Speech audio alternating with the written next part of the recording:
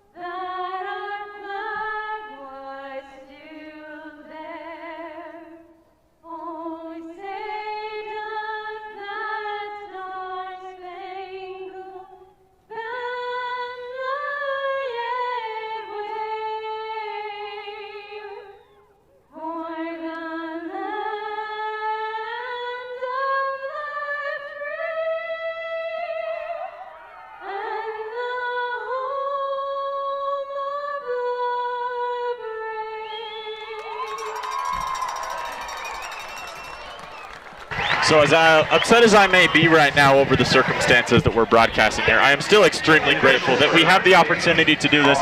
And boy, I am extremely grateful for football. It is a beautiful day for some high school football right now. Yeah, the weather's feeling perfect. Sun just went behind the bleachers on the other side. Which if you guys have tuned in, you know that's Jack's favorite time of the night. I know. And a Sean Cottle touchdown. Those two things are probably the best things that happened to Pleasant Grove football, to be honest. Like, what are you doing here? Yeah, like those are the two best things that can happen to PGSN here, and we're hoping for a lot of that tonight. Yeah, I'm hoping for a lot. I'm looking for the connection between Carson and Sean and his other receivers that has improved so much over the season, and I'm looking forward to seeing Riker Mikkelsen, hopefully. Like, I'm looking forward to seeing the Vikings defense play blitz and stuff, and put pressure on Dylan Story and see what happens. But don't listen to us in the heat of the head to game show. It's on American Fork tonight in their 3rd region game. 4th in the state, and it's going to be a beautiful day tonight. Weather will not be a game. We were watching them play, and 5-0 at halftime, and didn't score again. We let Westlake score 1 touchdown in the 4th quarter, but we kind of were just running the ball. I was talking to Sean Cottle, and he was saying that they were just doing kind of practice plays almost, just running what they could, trying to give Carson a bit of off time. They started playing like their 2nd-string quarterback.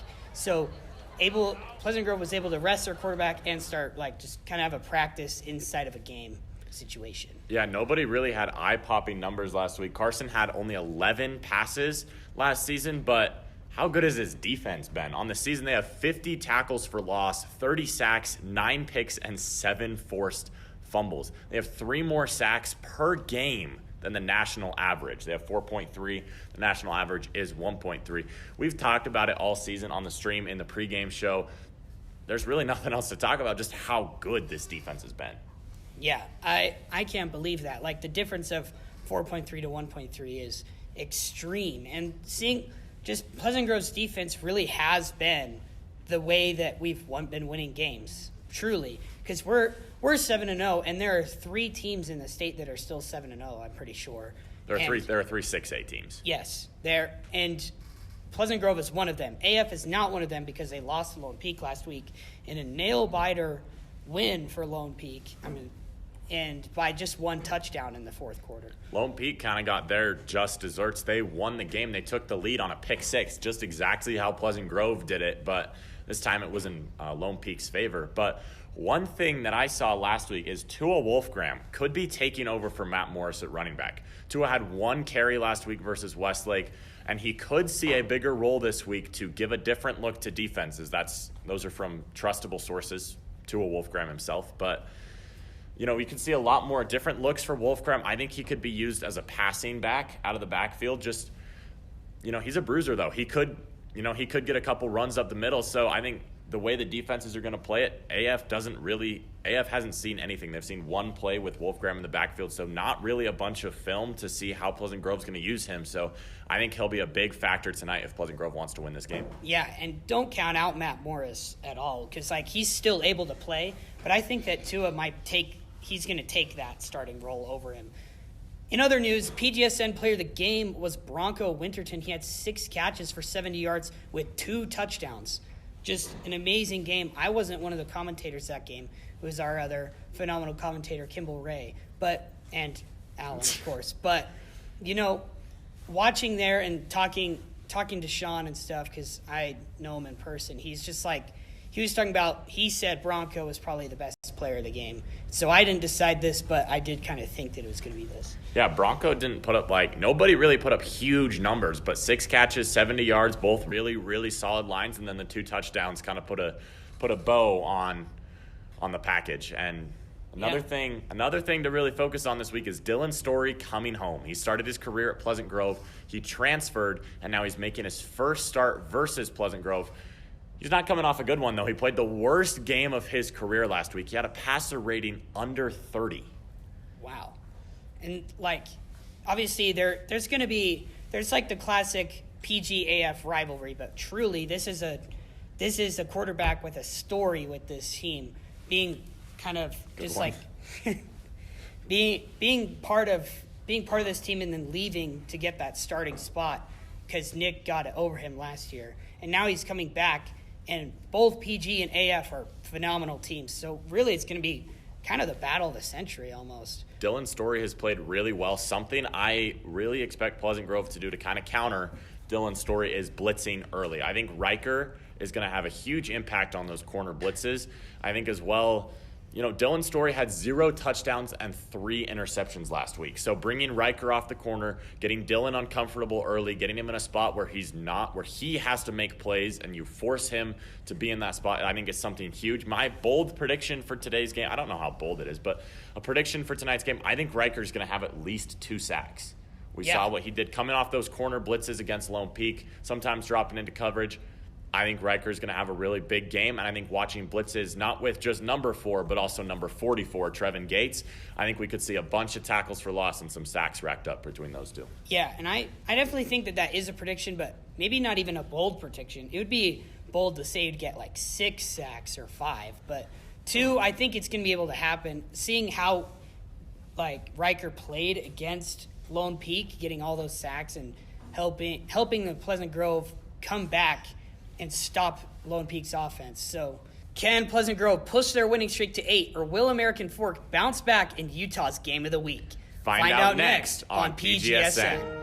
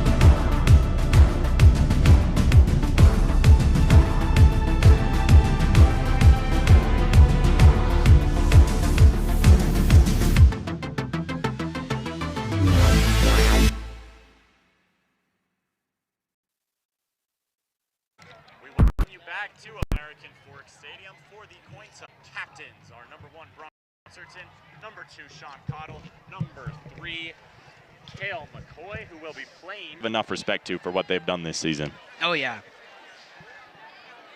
Yeah, our heads up national anthem and things. It was, it's all looking forward to seeing how the connection between. Played this game, they've been a little petty about it. They've been going around playing some mind games. AF has been doing the same thing. Clock. Pleasant Grove rolled up, got off the bus at 6:15 in full pads, full helmets. They won't receive the kick to begin the game, and they will be going from north to south. So Pleasant Grove has been kind of playing around the Vikings versus Cavemen. Their 4 flags, as they always do. An American out first. Here comes the team trying to look cool, even though they're 6-1. We might be a little petty today, but we are big Vikings fans. Absolutely not as cool as Pleasant Grove, not in any way. In all whites, coming into the game, undefeated, 7-0, 2-0 in region play, looking to start their season out with their longest winning streak since 2002. Here come the Vikings. Pleasant Grove carrying the black G flag is number 14, Tanner Blake. Carrying the blue Viking flag is number 3, Riker Mickelson. And carrying the white flag is number 12, the bowling ball, Aiden Franson. Less than a minute to go. Pleasant Grove will receive the kick, and there are a lot of tensions. There's a lot of emotions running through this Pleasant Grove team. If you thought that what we felt during the Lone Peak game was rough, these emotions are even higher. I was talking to some players before the game, and they said that, you know, Dylan Story transferring from Pleasant Grove to American Fork 2 years ago has really just caused a lot of dislike for this team, and they're really looking to get after Dylan Story early. He's coming off the worst game of his career with a 23.6 passer rating last week. No touchdowns and 3 interceptions, and the Vikings are going to look to get to him early, but first Carson Rasmussen and their offense will take the field. To both new viewers and returning viewers, we thank you for tuning in. I'm Alan Judson. I'm going to be running your play-by-play, and I'm here with Jack Barnard, who is the color commentator.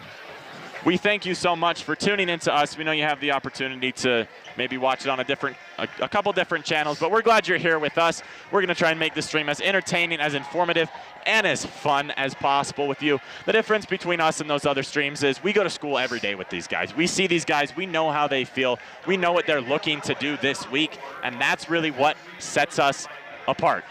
Thank you for tuning in. Pleasant Grove is ready. American Fork is ready. And here comes the kick. It's a line drive, and it's going to go into the end zone. So a touchback for Pleasant Grove's offense, and Carson Rasmussen and company will take the field. Now that the game has started, we'd like to apologize in advance for, first of all, the camera angle. American Fork did not grant us access to the booth like most of the other high schools do. So we are in Pleasant Grove stands. We're 2 rows up. So the camera is as high as we can get it, and if you hear our crowd in our microphones, that's just because we are right next to them. They're in the section over, and we're kind of in the middle parent section right now, but the Vikings student section is on the right side. So Carson comes out in shotgun, single back. He's going to take the snap, and it's going to go to Aiden to start, and he's going to get brought down at just about the line of scrimmage. It is a lot harder to see from here than it is from up north, so we apologize. Yeah, and we apologize for that because, you know, you're right in the camera. Sorry, guys. That was my hair. He just wants a better angle. I'm trying to get a better view, guys. So Carson comes out in the single back again with Aiden on his left hip. Tanner Blake is out wide to the top of your screen. Carson takes a snap. He's going to hand it off to Aiden once again, trying to turn it upfield and really going nowhere, with maybe getting back to the original line of scrimmage to make it a 3rd down and 10. Not the best start for PG right here. Hoping to make a good play on the 3rd down here and get that 1st down. You know, we've been running it with Aiden. You know, I think it's about, maybe we do twins on each side and just try to find someone to pass it to, you know. I don't know if running the ball is the best play to do here right now. Carson comes out in single back once again. One wide receiver to his left side, trips to his right. Carson takes the snap. He's going to immediately roll out right, and he's going to take it himself. And he's going to get the first down and more. And a late hit out of bounds. I didn't see a flag fly, but possibly a little animosity towards Carson there for how well he's played this season. Oh, and he's just short. The Vikings bring out the punt team. It's kind of hard to tell because we have the down markers and there are no on chains. the other side of the field. There are no chains on the other side of the field. Yes. But Pleasant Grove brings out the punt team. I'm a little surprised by this decision. I would think that Pleasant Grove might run the ball up the middle and just see if they can get that last yard, but you do put American Fork in a very advantageous situation if you do that. Yeah, because if you bring it down in there just at the 30-yard line, that is rough for Pleasant Grove. Gabe McCoy with a good punt off his left foot. It's going to be Bronco one-on-one, and he makes the tackle, and it's fumbled. We'll see if they call him down. They do call him down before he fumbles the ball. It was number 14, James Barney. So a 1st and 10, Bronco Winterton with a great tackle. Old Viking, Dylan Story. And what number is Dylan Story? There is a media timeout because we do have some obnoxious media here. We will have a couple timeouts that, you know, we aren't used to. We will stay with you the majority of the time, including right now, but wait. Pull up the Dylan Story. Pull up the Dylan Story graphic. So as you can see, these are these two quarterbacks' numbers against Lone Peak. Dylan Story faced them last week. Carson Rasmussen faced them 2 weeks ago. Carson's numbers look a lot better.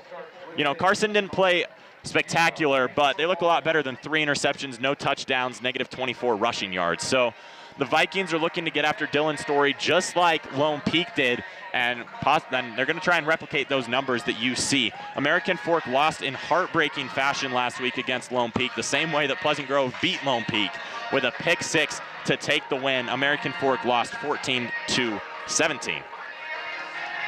So Pleasant Grove comes into this game 7-0, looking to move it to 8-0. Jack, do you know the last time that Pleasant Grove started the season 8-0? 2002, right? That's as close as we can get. So Max Prep stats go all the way back to 2003, 2004. And since 2003, 2004, Pleasant Grove has never started a season 8-0. So well, I'm very excited to see what we can do here tonight. So it was a media timeout, that's what you said? There was a media timeout. What is that? What is that? So it's when the TV network, who happens to be on the other side of the field from us, they will call a timeout on the field so they can run advertisements and commercials. Oh, that's interesting. Okay. So here comes Dylan Story in shotgun. He's going to have trips to his left side. One wide receiver on the right. Or it looks like trips. It might just be 2 wide receivers. Story. It's kind of hard to tell at their sideline, but it is 3 people. Single back takes a snap. He's going to hand it off. And that gap is filled and brought down quickly is the running back number 28, Jacob Eardley, who had 19 rushes for 44 yards and a touchdown last week. 10-19 and counting remaining in this ball game. Sorry about that, ladies and gentlemen. Tua Wolfgram on the tackle. So Story complete. That was a jittery throw right there. That is not a throw that most quarterbacks miss. Just went way in front of the receiver. That was Gabe McCoy. Putting pressure on that receiver there, so he couldn't really get to it very well. As we talked about, this is Dylan Story's first start against Pleasant Grove since he transferred.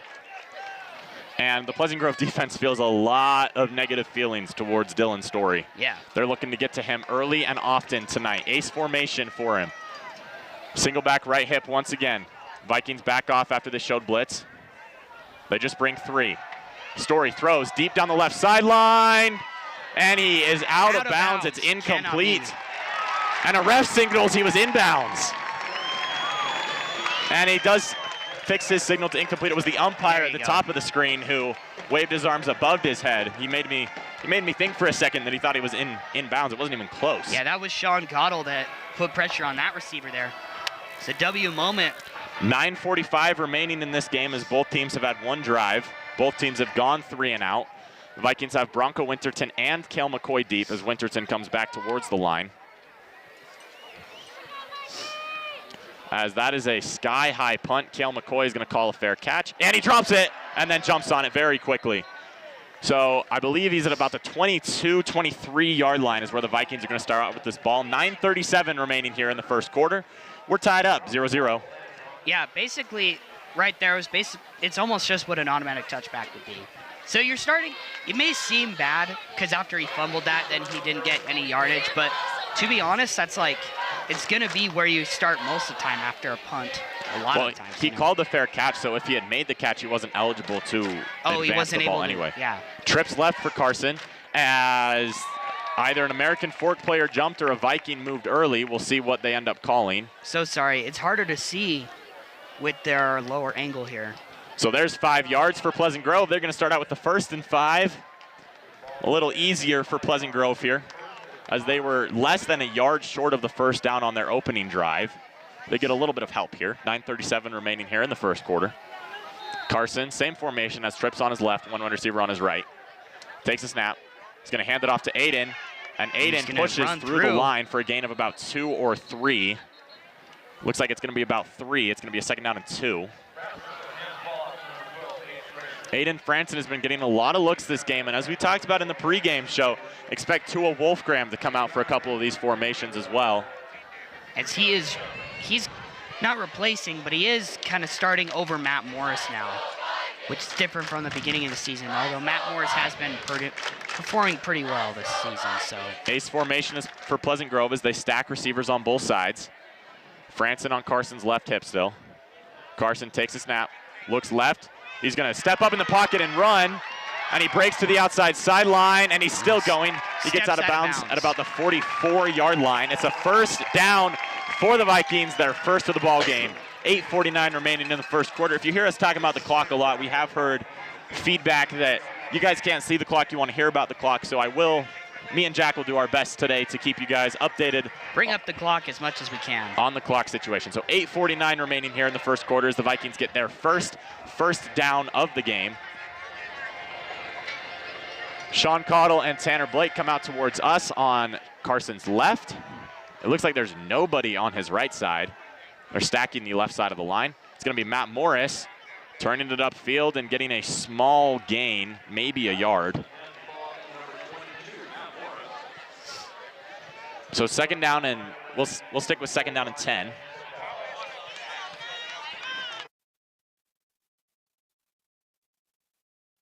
Okay. 8:30 and counting remaining here in the ball game. So 2 wide receivers on this left side, Tanner Blake on Carson's right side. Sorry, I cut you off. No, you're okay. Any time, Alan. You are the football mastermind here at Pleasant Grove Sports Network. Carson throws cross body. What a dart, and it's caught by Cale McCoy, and he's still going. And he's going to get all the way to about the 35-yard line. What a dart from Carson, going off his, jumping off his front foot, throwing cross body. Carson just with a great play that you will almost never see from someone, especially at this high school level. It was honestly, like, probably one of my favorite plays I've seen so far from Carson. Just like, I've been loving what he's been producing on the field. Here's Carson by the... He's going to step up in the pocket. Once again, there's a helmet on the ground. For Pleasant Grove, it is number 50, who is Tread Powell, who will have to sit out a play after he lost his helmet. So a gain of nothing on 1st down as Carson gets brought down at the line of scrimmage to make it 2nd down and 10 from the 33-yard line is what the scoreboard says. 7:37 remaining in this first quarter. 1, 2, and 3 out on Carson's left side. That's Bronco Winterton, Sean Cottle, and Cale McCoy. Then 1 wide receiver on his right side. Carson takes a snap, immediately rolls left, continues to roll left. Throws it cross body once again. Almost. And there's a flag. It's going to be a pass interference on American Fork as Sean Cottle had his arm grabbed trying to make that catch. Since we're not in the booth, I can't really see a number. It's number 20 for American Fork. It's Andrew Aaron, the outside linebacker who did not get it, so we kind of get to guess. As Carson comes out, Sean Cottle is going to be the lone receiver on his right side. 2nd down, excuse me. About 2nd down and a... Tricked a few players there. Students walked in front of us, so I didn't really see what was going on. Winterton and Tanner Blake on that right side. And then Jack's favorite, Sean. Too long getting that play in, but Pleasant Grove's offense looking pretty good. Too long getting that play in, but Pleasant Grove's offense looking pretty good. 6. It's required to be longer.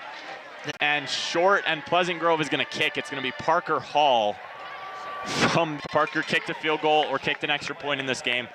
I had to let everyone know that they won their flag football game 60-0 last night. Looking to play really well on the Caveman field tonight. It's 3-0 Pleasant Grove, 4:57 remaining here in the first quarter as Pleasant Grove has a great drive. They went down and failed to get in the end zone, but points on the board is a positive, especially this early in the game and with how well your defense has played. I mean, AF had one attempt and it did not turn into anything. Pleasant Grove's first attempt wasn't much of anything either, but truly, that was... As Parker Hall with a little squib kick. My goodness. And AF fumbles it a little bit. Which can be brought down. At about the 30-yard line, so only 5 extra yards from what they would have gotten for a touchback. I don't hate the move to squib.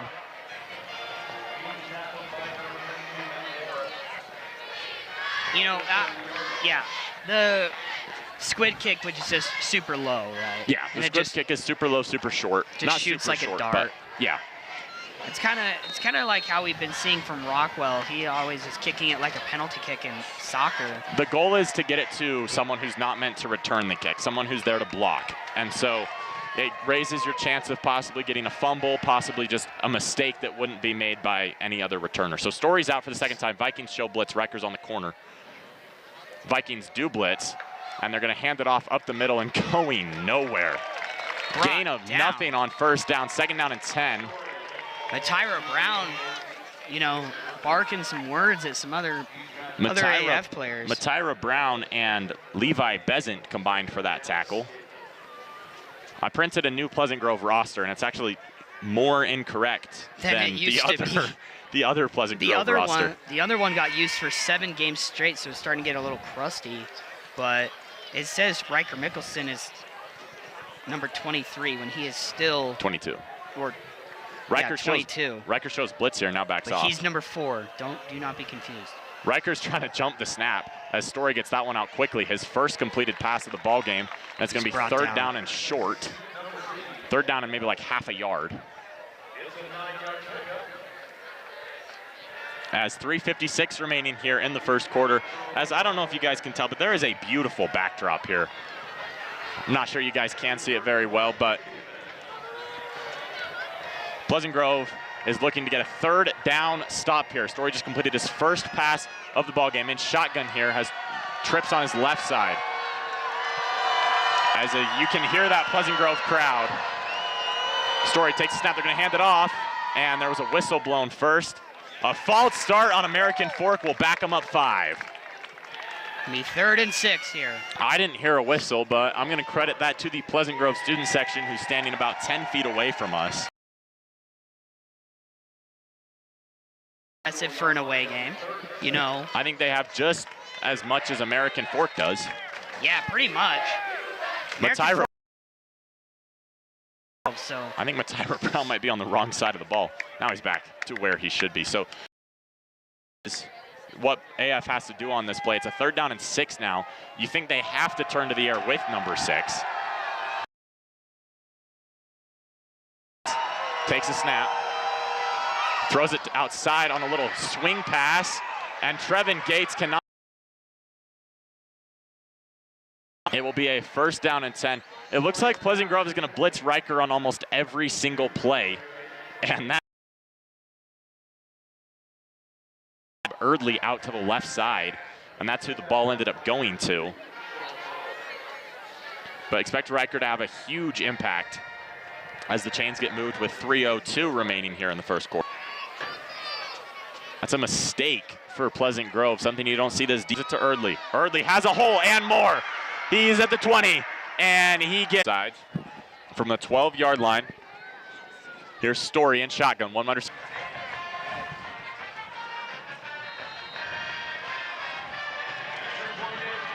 And this next drive, that's not something you usually see from Pleasant Grove's defense, giving up points, and especially giving up points this early. They are averaging I believe it's 11.7 points allowed. Perk has given up is 28 points to Lehigh 2 weeks ago. So American Fork will kick off for the... On American Fork, Lewis Connect. As that kick will go into the end zone, so Pleasant Grove will take the touchback to open, just like they did on the opening kickoff. As you think this game might come down to the more disciplined team, and the most disciplined team will win this game.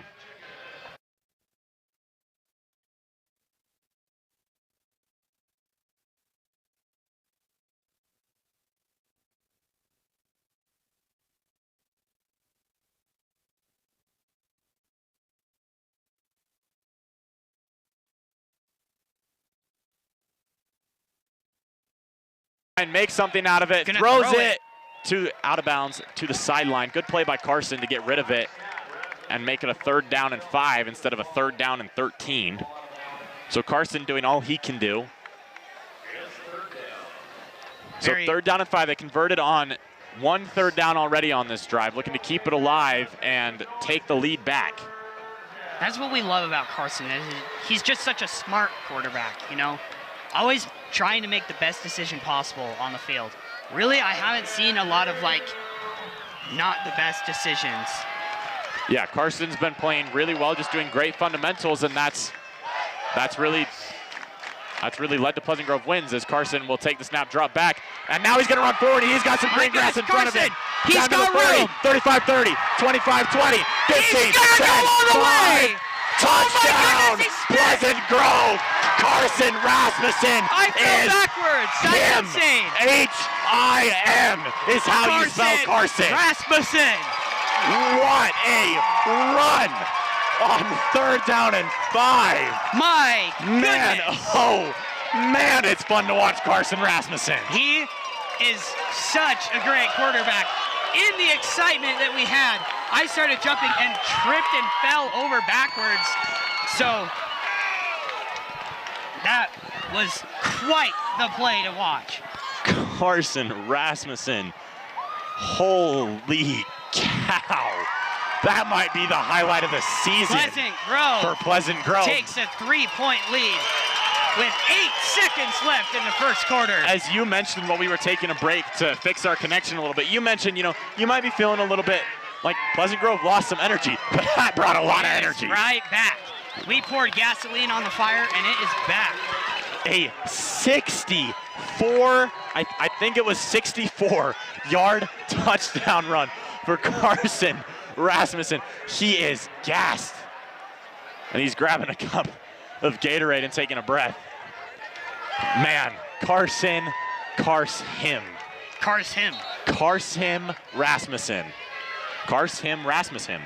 Yeah. Dude. If you may. Absolutely insane. I think he might have gotten a bloody nose or something off that as he's getting looked at by athletic trainers. I think he did get a bloody nose. And he does have a bloody nose, but he also has 7 points on the scoreboard for Pleasant Grove. So I think if you're Carson, he's taking that trade every day. Yeah, Pleasant Grove in all white, not the blue jerseys. So we are in Smurf mode today, but we're in a little bit of Smurf mode because we have still the blue and white. As that's Parker Hall on the kickoffs, and he's going to take it to about the 5-yard line. On the return and finding a gap, and wow. Brought down at the 30-yard line. That was a saving tackle by who I think was number 14, Tanner Blake. But it's a little weird we see Parker Hall on these kickoffs. Usually we see our main man, number 95, Rockwell Doman. But I don't think he's hurt. He looked pretty good in handball during life activities today. So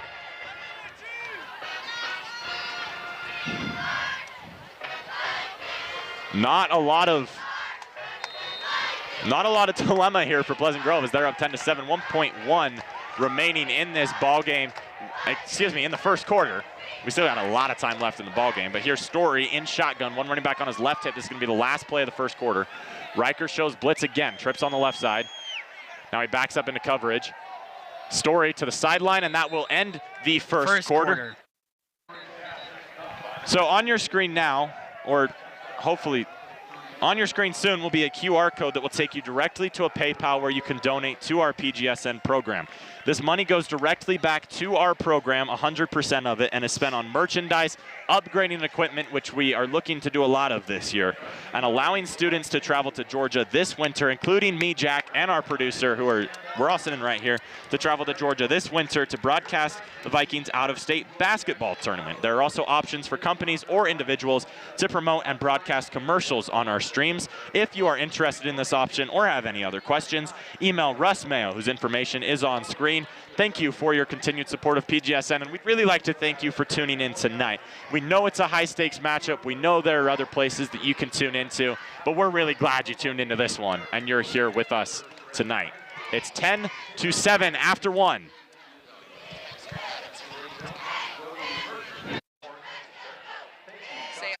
Pleasant Grove is up by 3, and their defense is on the field. It's going to be a second down and about 5, as there is a Viking down at about the 40-yard line doing some stretches. I'm not sure if it's cramps or what's going on, but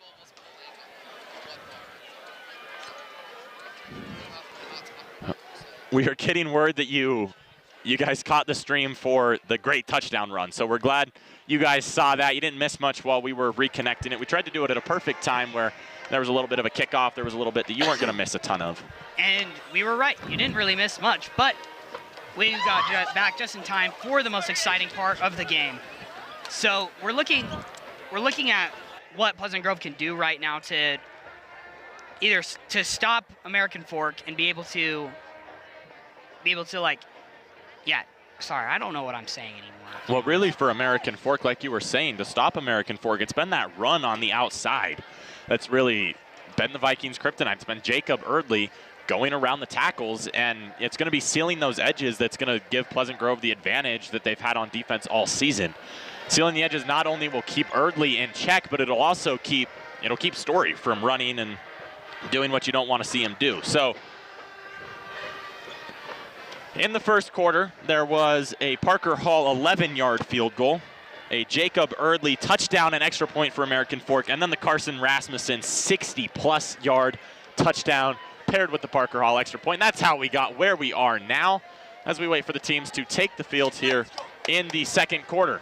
And that was probably the best part of the game we've seen, like with Pleasant Grove. And I'm really expecting to see more produced by Pleasant Grove for this game. I'm not saying field goals are a bad thing, but I'm not looking to see any more drives that turn into field goals at the 1-yard line. Pleasant Grove has only kicked 3 or 4 field goals all season. Yeah.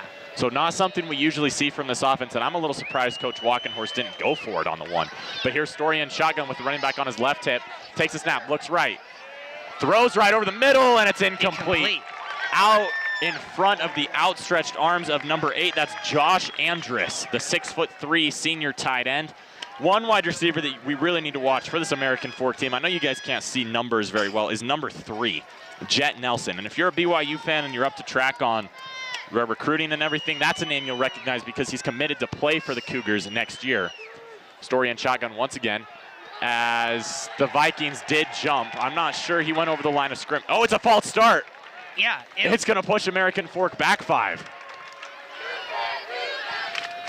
I thought Pleasant Grove did jump, but they didn't cross the line of scrimmage, or they jumped because American Fork jumped. So that moves it to a third down and much harder to get for American Fork, third down and 10. Yeah, I think it was just American Fork jumping, and then we just decided to go after that. Because I saw Gabe McCoy was signaling to the referees that he saw a false start. So from the 30-yard line, Story in shotgun. Takes a snap, looks left, now looking right. He fires right downfield, and once again, that ball was uncatchable. That's why you didn't see a flag. It was Dax Watts, the senior running back and middle linebacker. And there's a flag. It might be AF talking a little late, because that's way too late for unsportsmanlike conduct, but Coach Walk is now yelling. And I'm not sure what he's yelling at or who he's yelling at, because that flag was really late for a pass interference. Yeah, if that is not the right call there. That ball was uncatchable. And they waited for almost 30 seconds to make the call. Yeah, terrible. You cannot be doing that. Because we're going to keep our eyes on the refs to see what the call is, as they're facing away from us. But So after the play was over, unsportsmanlike conduct on play. Like anything to me, really. I wasn't seeing any players yelling at each other. There was nothing really. I think that it was, Kale McCoy, receiver, after he fell, and then he kind of put his arms up. I don't know if that was unsportsmanlike. I'm not sure. American Fork with 11:50 here in the second quarter. Story trips on his left side, takes a snap. He's going to hand it off this time, and stopped at the line of scrimmage after a gain of 2. Or yelled at, more of. Yeah. But I'm not sure what it was from Kale McCoy, and yeah, it probably was words that none of us could hear, and So- only the player. Trevin Gates was having none of that. Just ended it immediately. That's going to make it a 3rd down and 6. So AF hasn't really had any first downs, as you might be able to see the hats and the heads going across the Pleasant Grove student section is slowly continuing to fill up. And now it's 3rd down. You'll hear them get loud. Get loud and rowdy. 3rd down and 6. As hopefully you can continue to hear us as we continue to commentate, even with the sound. Dylan Story takes that play action, throws it outside. Catch is made. Is he short? The parents sure think he is. And it looks like he is, so it's going to be 4th down and 2 from the 47-yard line. As American Fork looks like they're bringing out the punt team. Yep. So the penalty doesn't end up hurting Pleasant Grove. Except for maybe it gives them a little bit worse field position based on how this punt goes. Definitely, but you never know what can happen. Maybe a block happens, or maybe the punt is just really strong. It goes out the back of the end zone. Maybe it happens like Wicked the roller coaster, where it goes straight up and straight down. You know, you're just looking to see. As there's that punt, and fair catch is called by Kale McCoy, and he makes the catch at what looks like about the 15-yard line. So 10 yards off of what at a touchback. Well, for punts, it's at the 20. 20, yes. So he's 5 yards off, but Pleasant Grove. A lot of confidence, giving American Fork the ball back both now and going into the second half. Carson Rasmussen takes the field for the first time since his big touchdown run. We got some timeouts on the other side of the field for some commercials, so we'll head to one. We thank you for tuning in, and we'll be right back.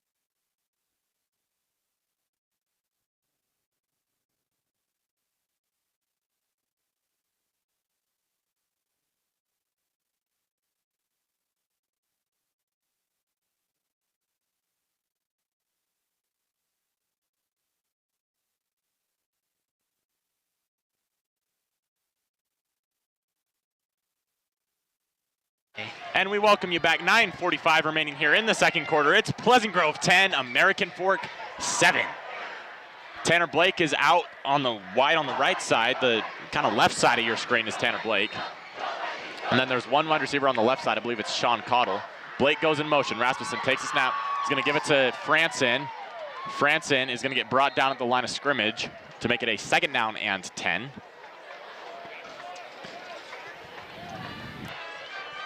Gonna bring in Kale McCoy and Bronco, taking Matyra Brown. Well, it was the Vikings tight end Parker Rivers who came off the field as well. As there is an injured player for Pleasant Grove, it is Matt Morris, one of the Vikings running backs, as he'll get up under his own power. And he looks to be okay. He's standing on his own power, and he is jogging off the field under his own power. So it will not be a horrific injury. Pleasant Grove has had a few different times where the game has had to stop due to an injury. The one that lasted the longest was Mason Anderson a few weeks ago at West Jordan. Yeah, So he's not playing, but he's still with the team and doing everything he can. Yeah, it was he broke, I think he said 2 ribs on his back. Yes. So that's why he was laying down for so long. He couldn't stand up. Because it was a back injury, so they wanted to keep him as stable as possible. Rasmussen brings Kale in motion, takes his snap, he's going to hand it off to Aiden. Same play they just ran, and same result.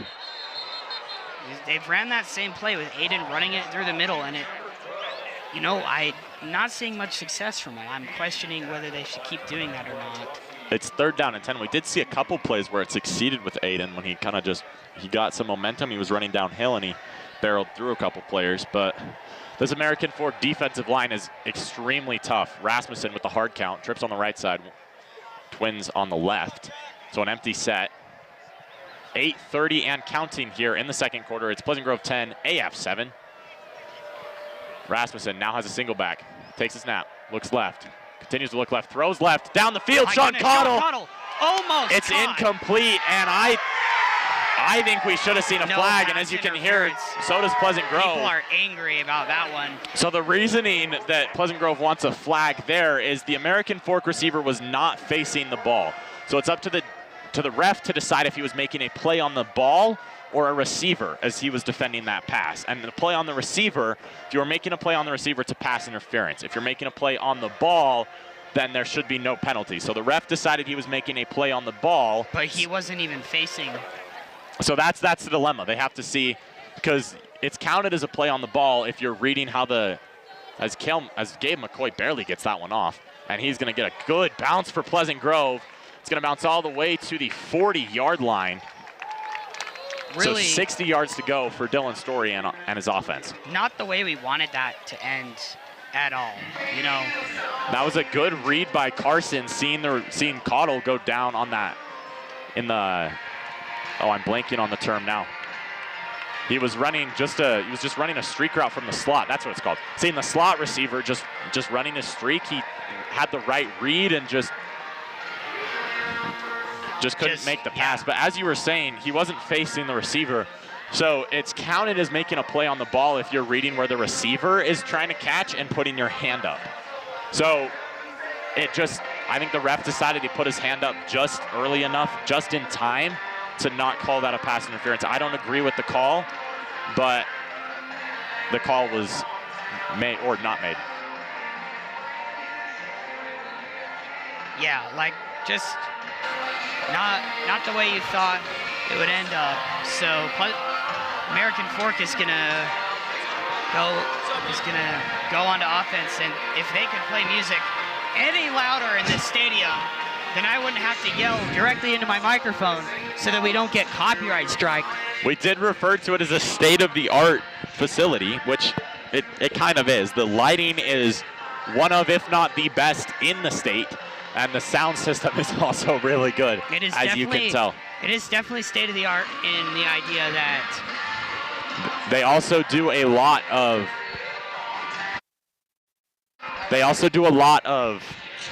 like color guard competitions here. So the speakers they do come in very handy when you have color guard going on, and that's why you can probably hear I forgot what the song's called, Cruise by Florida Georgia Line in the backfield. So in the background. Speaking of lighting, though, we have talked to a couple people, and we're trying to get a movement going for Pleasant Grove to light the G if they win this game, because American Fork sideline is looking directly at the G. Here's Story in shotgun. that would be hilarious. Trips on the right side. Story takes a snap. They're going to hand it off up the middle. A gain of about 2 or 3 for Jacob Erdley. They're going to give him 3 to make it a 2nd down and 7. As once again, we apologize for the camera angle. We apologize for the commentators' bad angles and what we can and can't see. It was not up to us. We did our best to try and secure a spot in the booth, but ultimately they went to the bigger ticket TV providers. So we are here in Pleasant Grove student section, which is really fun, actually, being with the fans as the game goes on. It reminds me a lot of how basketball season goes when you're right behind the fans, because there is no booth. As Story goes deep and wide open is Jet Nelson, and he dropped it. The BYU commit, Jet Nelson, the 3-star, was wide open on his streak down the sideline, and the Butterfingers, as you can hear Pleasant Grove student section chanting, that was a touchdown. That was guaranteed touchdown right there. And the only thing that could have gone wrong for American Fork went wrong. 7:25 left in the second quarter now. That's Murphy's Law right there. And we're looking at, 3-7 for American Fork. Dylan. Sorry, there was a bug. Yeah. So 3rd down and 7, Story in shotgun. Single on the left. Vikings show blitz, and they do blitz. Story's got to get it out quick. He does. Down the sideline once again. And it's caught. It's caught by number 5, Davis Andrews. 2 times they throw giant passes, and they are both times caught.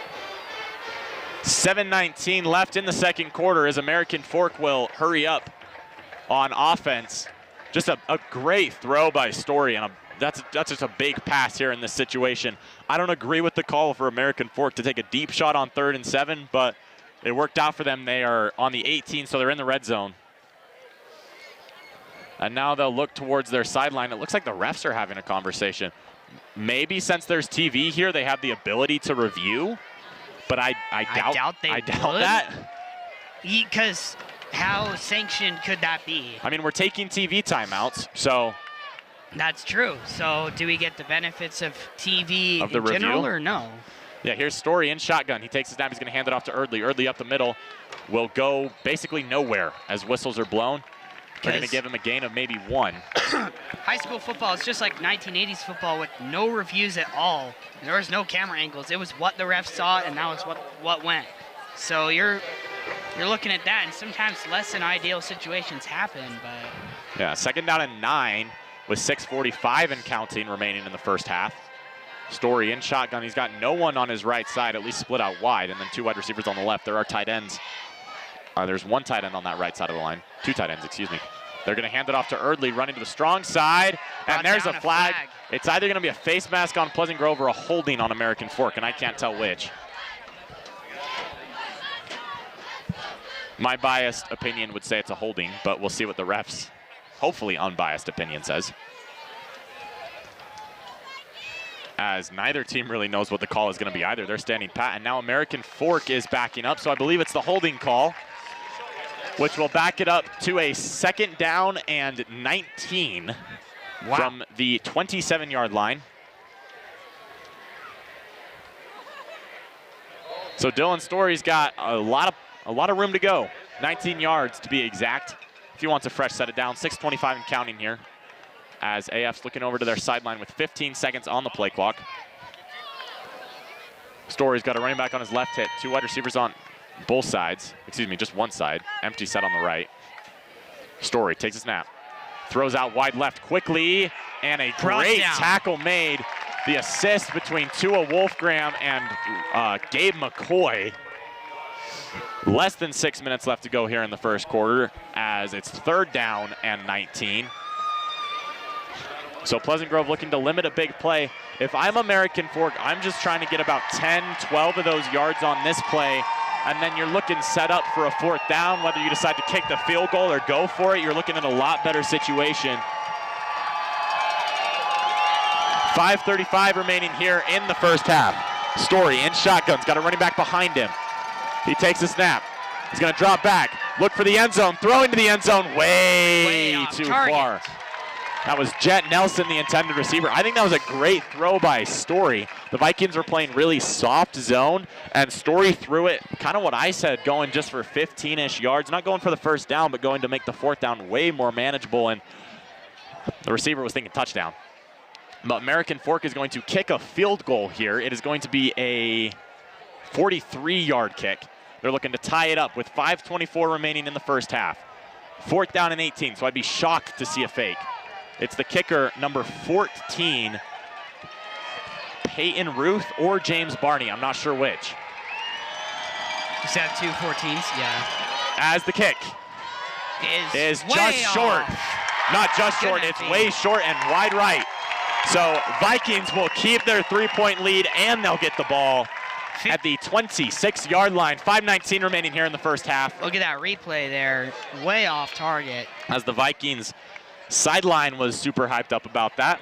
As I'd like to give a quick shout out to my man, Jack Stinson. He's not in PGSN. He was in PGSN 2 years ago, I think. But he is helping us out, and he is being a massive help today. He's running our only camera. He showed up when we needed it, so a big shout out to Jack Stinson. When the world needed him most, he was there. Jack Stinson delivered. Unlike the Avatar. Here's Carson in shotgun, trips on his left side, takes a snap. He looks that way. Now he's going to take it himself. Runs it a bit, and he's pushed out of bounds. Going to get pushed out of bounds at the line of scrimmage to make it a 2nd down and 10. Also, we have Caden Duffield producing. He's 2 men to my left, and then right to my left is the guy who's commentating with me. It's Jack Barnard, the one and only. Thank you. I try my best here at PGSN. You will hear Jack Barnard with Kimball Ray on the call next week for another big region game for Pleasant Grove, but we'll talk about that a little later. There's 5:13 left here in the first half. Carson takes a snap, looks right, and it's batted down at the line of scrimmage, and it's incomplete. Late. Someone thought it was a fumble. American Fork almost got an interception. The Vikings sideline said the ball hit the ground, and the ref said the ball did hit the ground, so it's going to be a 3rd down and 12. It's what it's going to be marked as. Not ideal for Pleasant Grove. You're not looking to punt this ball back to American Fork, but if that is what happens, it's better than allowing the touchdown on the drive previous. Yeah, three quick plays. Well, 2 quick. Here's a third play real quick. Carson takes a snap, looks right, throws right. Aiden Franson on the screen, and he is not going to get near the 1st down. It's going to be about a 4th down and 6, I believe, for Pleasant Grove. So less than 5 minutes and counting here in the first half. Once again, if you think I'm talking about the clock a little too much, I guess you can see it on your screen right now, but the majority of the time you cannot see the clock. So we're trying to keep you guys as updated as possible, because I have heard some frustrations with not being able to know what time is on the clock. So it looks like less than 30 seconds that Pleasant Grove is on offense right here. Not ideal for us, but I think they're very happy with the lack of points that American Fork put on the board. So here's Gabe McCoy punting for, I believe, the 3rd time, as that one's going end over end, and it's going to be caught at the 40-yard line. And a great return for American Fork, getting brought down at the 45 is number 16, Cade Wilkinson. A great block by the reception of the punt by Davis Andrews. But Cade Wilkinson, the junior, with a great punt return. And you'll talk about in high school, college, the NFL, the way that you will get snaps in your first couple years is on special teams. You need to make those special teams reps counts, and that's what Cade Wilkinson did just barely. As 2 wide receivers on the left side for Story and 1 wide receiver out wide to the right. Story takes a snap. He's going to drop back. He's going to throw deep. They're going for the end zone. And Jet Nelson makes the catch. And he steps out. It's a touchdown. It's a touchdown. So that's a lot of frustration that's got to be going through that Pleasant Grove sideline after you get a stop on defense. You punt the ball. Your offense doesn't do much of anything. And then in a 1 play, they throw a 50-yard pass. Yeah, a 45-yard pass for a touchdown. Wow. So Dylan Story, we were talking about how bad he looked last week, and he's been on the money. 3 straight passes here. One of them was dropped. And then one of them took him to the 18, and then that one which scored a touchdown, and that kick goes through. And it's going to be it's 14-10. 4 minutes and 7 seconds to go. American Fork, this is really a time when Pleasant Grove's offense needs to come up big. You cannot give the ball back to American Fork. The very least you can do here is run out the rest of the first quarter. Going 3 and out would be putting Pleasant Grove on the brink of disaster. Because you really do not want to give the Cavemen the ball back with a chance to go up 2 scores, and American Fork will receive the ball in the second half. So here is... Sorry about that. So can you hear a buzz? Yes, it is your microphone, and it is fine. No, I'm making it worse. Okay. I have no idea. Nope, that made it worse. Well, play-by-play commentator has a buzzy microphone. I'm not sure what's going on there. I apologize, guys. Make sure it's plugged in all the way. Nope. It's quieter now, okay? It's not louder. I don't know.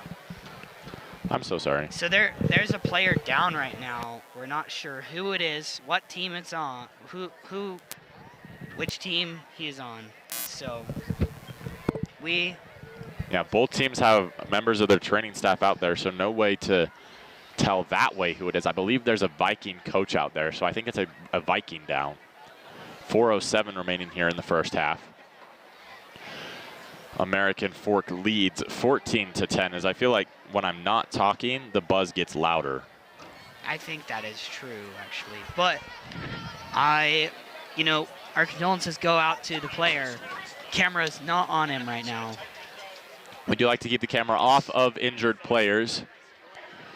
I still can't tell. It looks like American Fork's training staff is doing the bulk of the training, so it might be a Caveman, but I think there are Pleasant Grove coaches out there. So it is a Viking, and both teams with knees on the ground. So a lot of respect for both teams. Like, you've seen them battling. You've seen they've had some words there. It's a lot of feisty. There's a lot of feisty here in this game. But when it comes down to a football it really is just a game of respect. Yeah. And both of these sides respect the other a lot for what they've done. Pleasant Grove 7-0, American Fork is 6-1. So one loss combined between these two teams, and there's a lot of respect between the two teams for how well each other have played, not just today, but throughout the whole rest of the season. I am 95% sure that it's Levi Besant that was down. And that would be a huge loss for Pleasant Grove. Levi Besant is a force on the interior. It would be very hard to even match Levi's production. So that'll be big for Pleasant Grove to watch, not just in this game for the remainder of this game, but for the rest of the season. If they are without Levi Besant long term, but based on what we're seeing here, I'm guessing he's out for the rest of today's game. I think that is a safe prediction to make here. It's not a fun one, but it's nothing that we want to see, as he is being helped off the field here. And it is Levi Besant. He is putting zero weight on one of his feet. I can't tell which, but so it must be pretty badly hurt, knee or ankle. Yeah, and that, like I said, is a big loss for Pleasant Grove. Levi is a big contributor down in the trenches for Pleasant Grove, and losing him is going to be huge for the remainder of this game and however many games he is out. Levi is a senior as well, I believe. Yes, he is a senior. He is a 6'6", 315 senior. So absolute machine on the field. And he has played so well, but him and the training staff are being so fragile on his leg as he walks off. So prayers go out to him. This is really unfortunate to see for Pleasant Grove. It's very unfortunate. It's very somber, the mood that has come over the stadium. We wish the best to Levi Besant and his family as they really are taking their time getting him off the field. He can barely move. He does get off the field, and the game does have to go on. The game doesn't matter as much while that's going on. So we'll see. We'll keep you guys updated on what they do with him. If he goes to an ambulance, because he is standing on both legs, just walking very lightly. Gingerly. As now some hype-up music by American Fork, which is a little bit of a questionable decision. Kind of in poor taste. A little bit in poor taste. The game does have to go on as they're going to kick off. It's going to be Lewis Connect again. As that kick is straight into the end zone, just like the other ones. So Pleasant Grove will start with the ball at the 25-yard line once again. But that is, like you said, it's distasteful to start blaring the music. I don't like it, but not a move that I really approve of in American Fork Stadium. Again with the hype music, it's fine now, but really in that moment before the kickoff, I was not in the best taste. As Levi has all his pads off, so he is putting absolutely zero weight on, I believe, his left foot. in his left leg. So once again, prayers go out to Levi. And they're bringing him down to... I'd expect to see a cart or possibly maybe even an ambulance come out, as Pleasant Grove will call a timeout as they were running out of time on the play clock. So 4:07 remaining here in the ball game. Pleasant Grove down by 4, a big offensive drive coming up. Levi is now lounging a little bit on the left sideline. We'll kind of turn away from that topic. Once again, we wish him the best. It's kind of hard to, though, because you see one of your players that you've known for so long. I've known Levi since I was an 8th grader, and I was in Spanish with him. And then he's in my Spanish class as well when I was a freshman. So it's just, I know him on a personal level, at least to a degree, so it's unfortunate to see. So the Vikings offense out now. Carson in shotgun. Takes a snap, play action. Rolls left, throws left, and the pass is incomplete down AF sideline. So it's 2nd down and 10.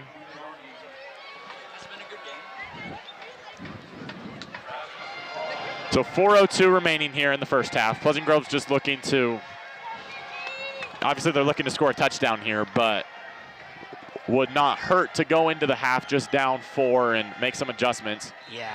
As Carson's hard count works again, that's 5 more yards goodness. for Pleasant Grove. So moving from a kind of not the best situation to actually a pretty good one. 2nd down and 5, yeah. That's actually a very decent situation to be in. For a second there, I thought it was 2nd and 10. I thought it was 3rd and 10, but it's just 2nd and 10. Yeah, 2nd and 5 for Pleasant Grove. Carson in shotgun, one running back on his right hip, trips on his right side. Carson takes a snap, immediately rolls out right, and he will tip it. He tried to tip it to Bronco Winterton. It was slapped out of bounds. I think it might have been in Carson's best interest to maybe pump fake that tip and then take it himself. Yeah, I think he would have gotten 1st down there, to be honest. But we're very close to. Carson's health is very important for this team. Absolutely. If he goes down, the heart of this team is taken out. So I'm looking to see a Viking 1st down on this play right here. 3rd and 5. They were able to do it. I know what this team is capable of. Carson in ace, takes a snap, looks left, steps up in the pocket. Flag thrown, he's gonna throw it over the middle, and it's caught by Bronco Winterton. He's taken down at the 42-yard line, but I'm looking at that flag. I believe it will be on Pleasant Grove's offensive line. And that'll bring that play back 10 yards. They are going to look over at American Fork's sideline. Well, they're asking if they want to decline it. I don't know why. There's zero reason to decline that penalty. There would be literally no reason to. But it is a hold on Pleasant Grove. They're going to back up 10 yards. So it's going to be a 3rd down and 15. As Carson's going to make a big play here. 3:47 remaining in the first half.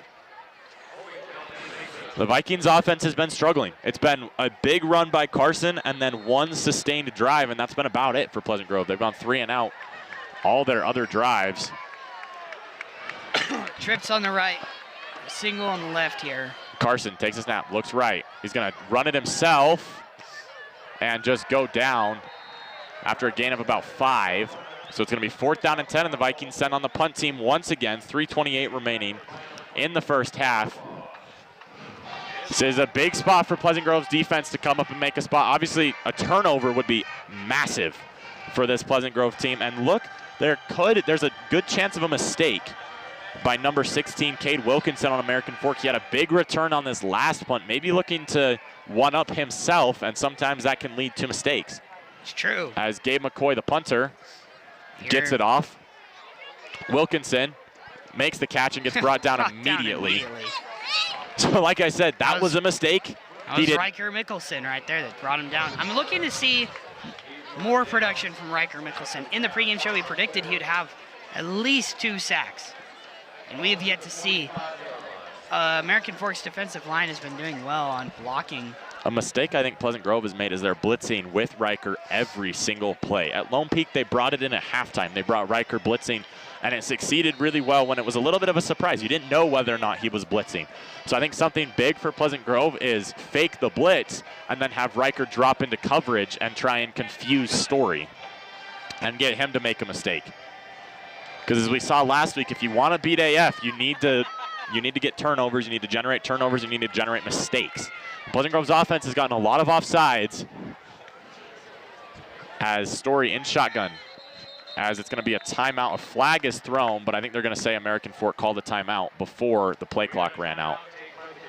They are going to say that. I believe, I don't know where the timeouts are for each team, but that will be a TV timeout, so they'll take one and will take one. 14-10 on PGSN, your home for Pleasant Grove Sports. We'll be right back.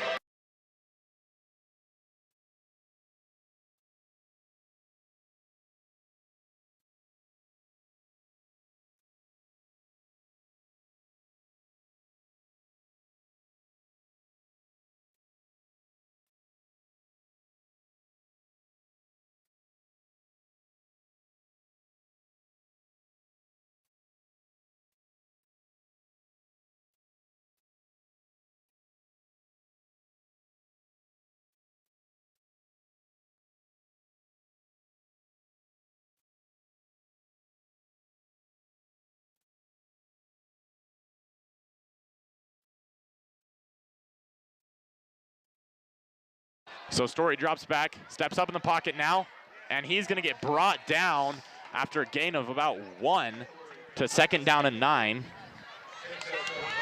So 2:40 remaining here in the first half. American Fork is probably just going to run the majority of the rest of these plays and just kind of burn clock and go into halftime up 4, getting the ball back. There's a pass for Story to the sideline.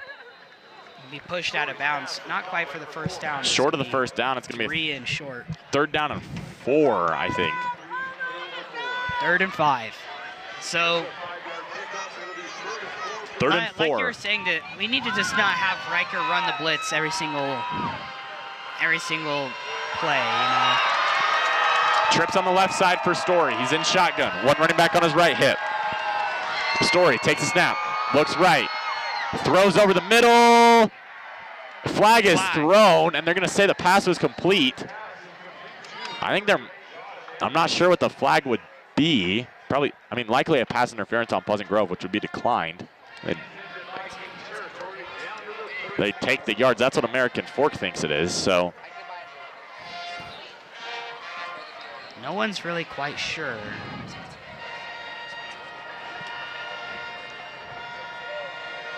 I think they're calling a holding on on Pleasant Grove's defense, which will be declined. So it's a first down for American Fork, and the Vikings so badly need a stop right now. That was a big 3rd down that they gave up. Story's doing a great job reading the zone. I think Pleasant Grove might need to switch to some man. They're running a lot of vertical, deep concepts. Story takes a snap. He's going to hand it off to Eardley down the right side. And Eardley breaks free for a gain of about 7 or 8. So this American Fork offense is kind of having their way with Pleasant Grove's defense, which is not something we've seen for the majority of the season. Story going hurry up. 2 minutes left here in the first half, as there's a flag. And it's going to be an offsides on Pleasant Grove, so that's going to be a free first down for the Cavemen and pushing them to the 21-yard line.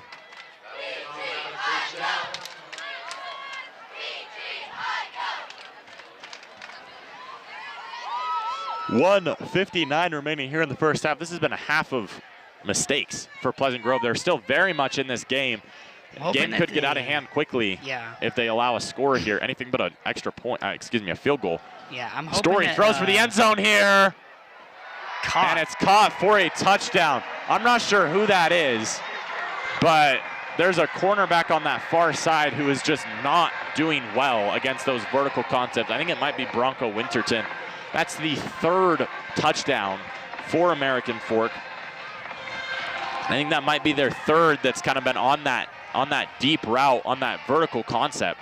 So I would expect to see maybe a different look for the Vikings coming out of halftime. At Lone Peak, or versus Lone Peak, they were down at halftime. Lone Peak scored all but 2 of their points in the first half. And the Vikings are hoping for something here, some defensive adjustments that result in... Yeah, I'm looking for them to go into halftime, make some adjustments, and be able to clear up the way that they're playing, because this has been a half of mistakes, like you said. For Pleasant Grove, it's just been... Pleasant Grove would have a huge boost if they could go down the field and score here. Yeah, really, it's been rough for the Vikings here. So any points would make it a 1-score game. Yeah, and because they're up 11 now, 10-21, and you can kind of feel if the energy was sucked out of the crowd earlier when they went up 7-3, it is gone.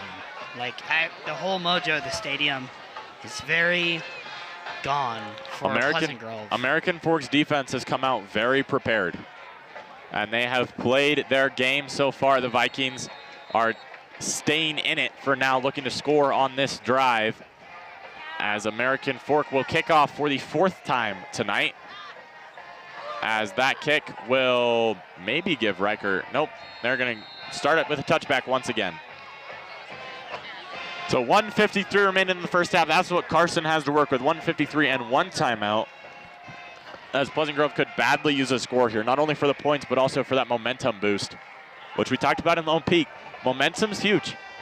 Pleasant Grove started to pick up momentum towards the end of that game and just kind of rolled with it from about 10 minutes left in the 4th quarter on versus Lone Peak. They're looking to have a similar outcome here, but it all starts with a score here. Yeah. Carson's going to have trips out to his left side. I expect to see Walkenhorst let Carson take a shot here, as he's going to roll out left. He's going to pitch it. It's the option play. That's to a Wolfgram, who's going to get a gain of about 10. And there we go. That's all we got to see. Pleasant Grove's offense gets a first down on the first play. I think that's what they were talking about when they wanted to use 2 or more. That's a look you wouldn't see with Aiden Franson. You won't see it with Matt Morris. That's a Tua Wolfgram at the backer look. As Carson takes a snap, they're going to run it once again. As Wolfgram makes it again.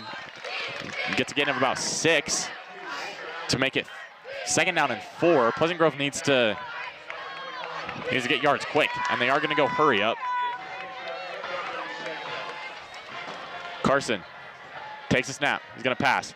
Looks right, looks left now, rolls out left. And he's going to have to do it himself, and he makes a man miss once again. My goodness. Carson's going to slide, and I am very upset we didn't see a flag there. From standing over him like that? From tackling him. Jumping on Carson after he made the slide. We should have seen a 15-yard penalty there. And Coach Walkenhorst is furious. Carson takes a snap. He's going to throw the screen pass to James Clark. Going to make it around. Make a bit of a 4-yard gain on that play. 2nd down and about 6.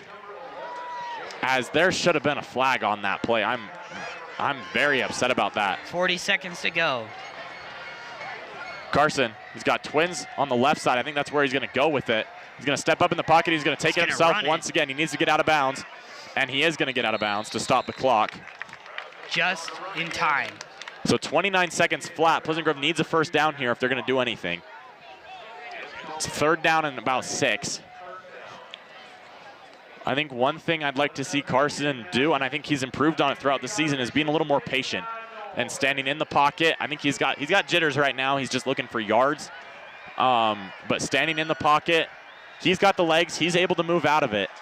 So I think standing in the pocket, looking for open receivers, as Winterton's going to switch sides. Carson takes a snap. Drops back. Now he takes a deep shot. That one came out of his hands. So weird. And it's intercepted by American Fork. And on the return, getting brought down at about the 33-yard line with 16.6 remaining. That one looked like it might have slipped out of the hands of Rasmussen, and that kind of killed what momentum Pleasant Grove had picked up. I'm glad to see any bit of momentum that they had. They kind of woke up a little bit on that run. Like, they started making plays that weren't just running the ball with Aiden straight through the middle to get tackled for a gain of 0, which is what we saw Probably 5 times in this game already. As American Fork will kneel it to take it to halftime. So at halftime, it's American Fork 21, Pleasant Grove 10. Some changes have got to be made in the second half. We'll have a little bit of a halftime show. Can Pleasant Grove make the changes? We'll talk about it after this.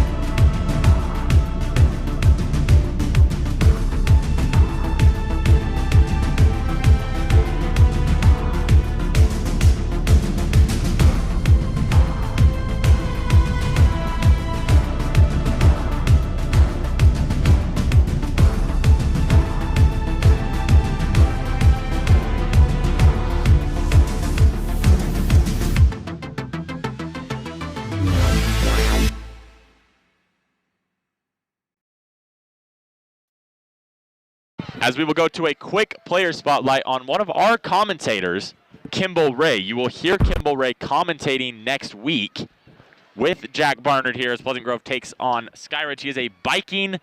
We'll learn a little more about Kimball right now.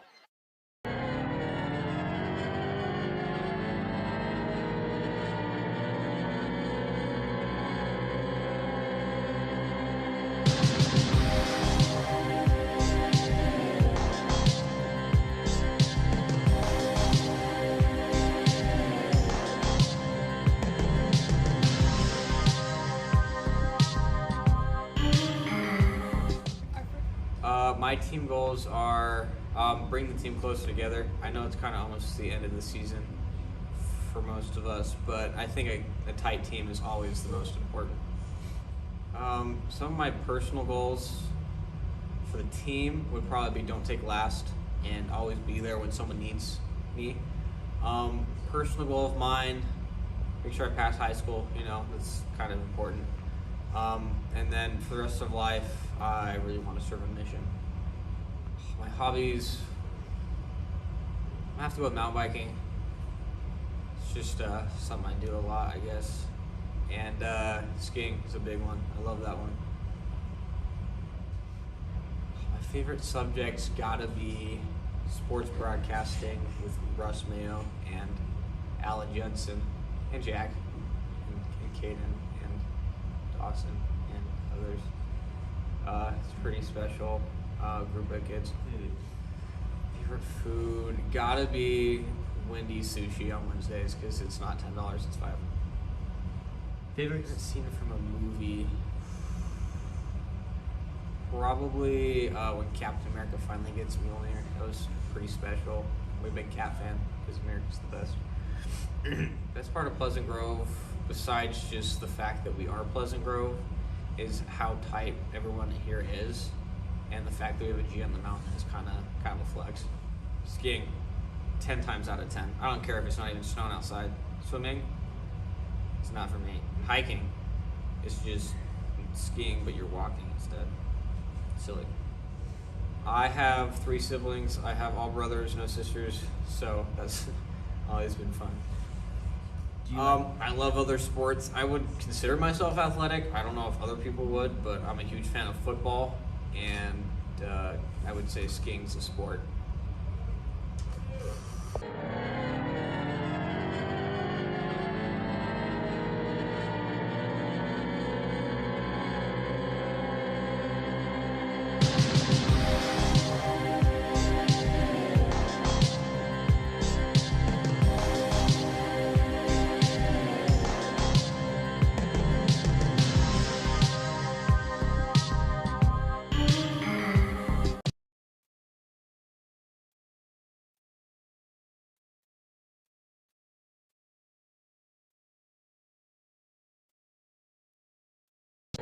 So to talk a little bit about the penalty so I don't bring it up during the halftime show. The penalty, the rule is once the quarterback or any player, but almost 100% of the time it's a quarterback.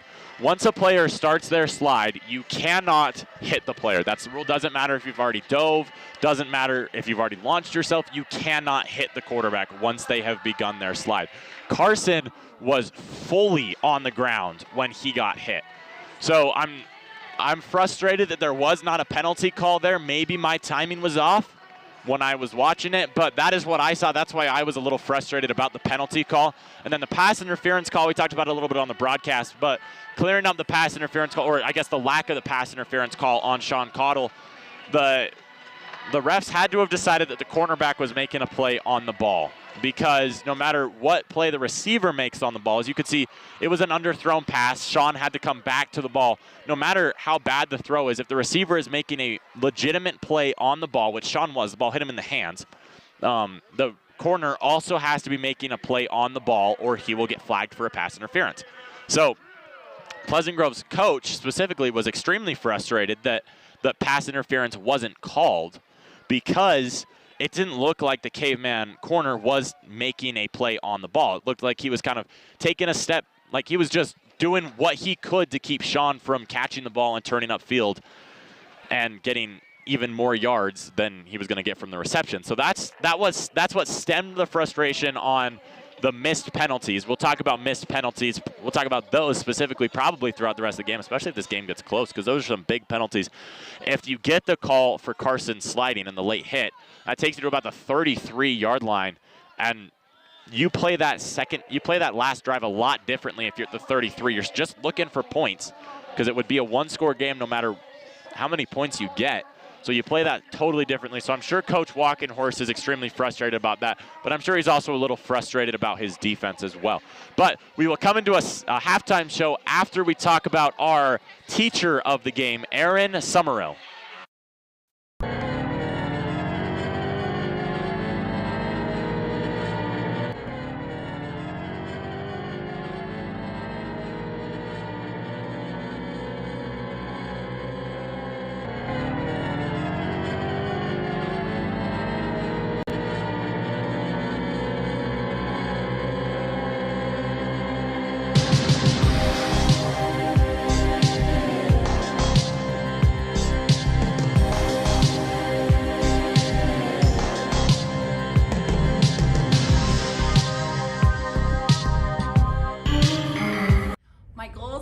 This year are to create a safe space of belonging for all of my students, and also teach with clarity. I want my students to know what I expect from them and what they are capable of achieving. I want all my students to know that they can get an A in my class. This year, my personal goals are to walk 15,000 steps a day and to write another book, and I would really like to get the beautification award, which I haven't gotten, and I've been going for it for 9 years. Okay, I like to garden. I also like to write, and I like to take photos. Okay, awesome. Photography, because I love photography. I was a professional photographer for years before I came back to teaching, so I love it. My favorite food is candy. My favorite scene from a movie is the anger dance scene that Kevin Bacon does in Footloose. The best part about PG is that it feels like a small town. And so there's a lot of sense of community. I love going to the games on Friday, the home games where the whole community shows up. I don't feel like it's like that at any other high school. Would you rather go? I don't really know how to ride a bike, so I'm gonna go with hiking or swimming. I like them both. Okay. My favorite sport is, I love them, I really like them all. I like football, I really like baseball, I love volleyball. I'm not good at any of these. I like pickleball. I really like curling, but that's not a school sport. Are we talking school sanctioned sports? Anything. Curling is super cool. My favorite class to teach is English.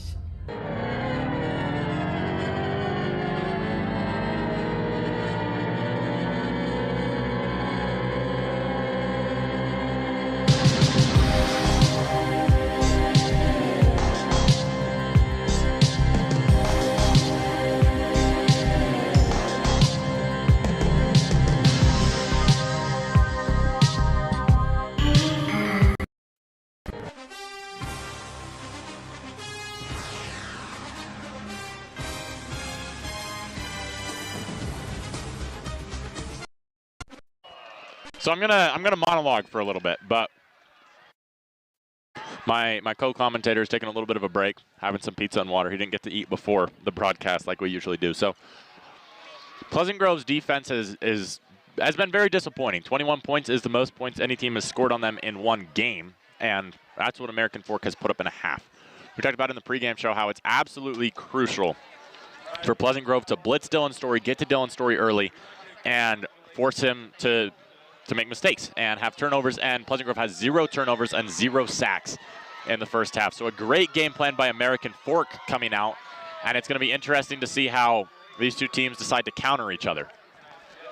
I would not be surprised if Pleasant Grove sticks with their game plan. I think blitzing, I think rushing the quarterback, I think forcing him to make mistakes could be big, and it will be big in the second half if they can do it. But they also need to have a backup plan. Like we talked about earlier, I think they're being a little too aggressive with Riker Mickelson. Riker has been huge, especially in that Lone Peak game. He was our PGSN player of the game. He had 2 sacks, a pick 6, a fumble, recovery. So it's absolutely huge if Riker Mickelson can get going, but I think the best way to get him going might be putting him into coverage, especially since we kept seeing Bronco Winterton kind of get burned a little bit down that far sideline. I think Pleasant Grove's going to maybe move into a little bit of a too high safety look, just have that deep protection. I would not hate a move to cover 1, man on man, have the safety up top there to help a little bit. I think that's what Pleasant Grove should move to the most in the second half, as well as mixing in some blitzes. But I would actually love to see Riker Mickelson blitz less and Trevin Gates blitz more. I think if you're going to blitz 5 guys, blitz the 4 on the defensive line and then blitz Trevin Gates, and I think that would be huge for Pleasant Grove. I agree with you completely. You just see Riker blitzing on every play. It's too predictable, you know? They know how to get past it, and clearly they know how to because they scored many touchdowns on us, and as well as one of them being the first play that they had. They threw a 45-yard pass for a touchdown, and it's just kind of mood-killing, and then Carson threw an interception, but kind of just in end of the half desperation, so it wasn't really much. You see AF's kicker practicing right now because he missed a field goal earlier and was short. So he's practicing right now. He's hitting from the 35-yard line. The 45-yard kick, but American Fork is calling plays that are taking a lot of time to develop. So if you can get that coverage on that far sideline lock, it doesn't work as well as if the blitz comes a little bit of a surprise. So I think Riker try and jump that snap count on some plays, but I also think having Riker delay it a little bit and feign coverage and then blitz. Offensive side, we've kind of been talking about defense the whole time, which has been rare. We're taking our 1 or 2 opportunities this year to talk about the defense because it's been so good. So we're being very critical right now, but this defense has been one of the best in the state throughout the whole season. So there are a lot of positives. We're just pointing out the negatives. But the negatives are rare enough that you're just wondering what kind of happened between the game against Lone Peak and the game against here, because the game against Westlake was kind of just an intermission, realistically, because in the second half they just ran the play a lot just to kind of give their quarterback some practice. It wasn't much of anything really, and we won 35-7. Making our record 7-0, but trying to increase that to 8-0 right now. It's just we got to come out a different team than we were playing the first half. Or I want to see more of what that last drive was before we threw the interception. Plays with Tua running it after a pass. I think you pointing out Tua is absolutely huge. I think if Tua can be that first half, they started just running the same option play where Carson had the option to hold it or to pitch it to Tua. And I think if that's your only play you have written up for Tua, then you're kind of stuck between a rock and a hard place right now because it's working. But every time they see Tua out there, it's just going to be more and more predictable.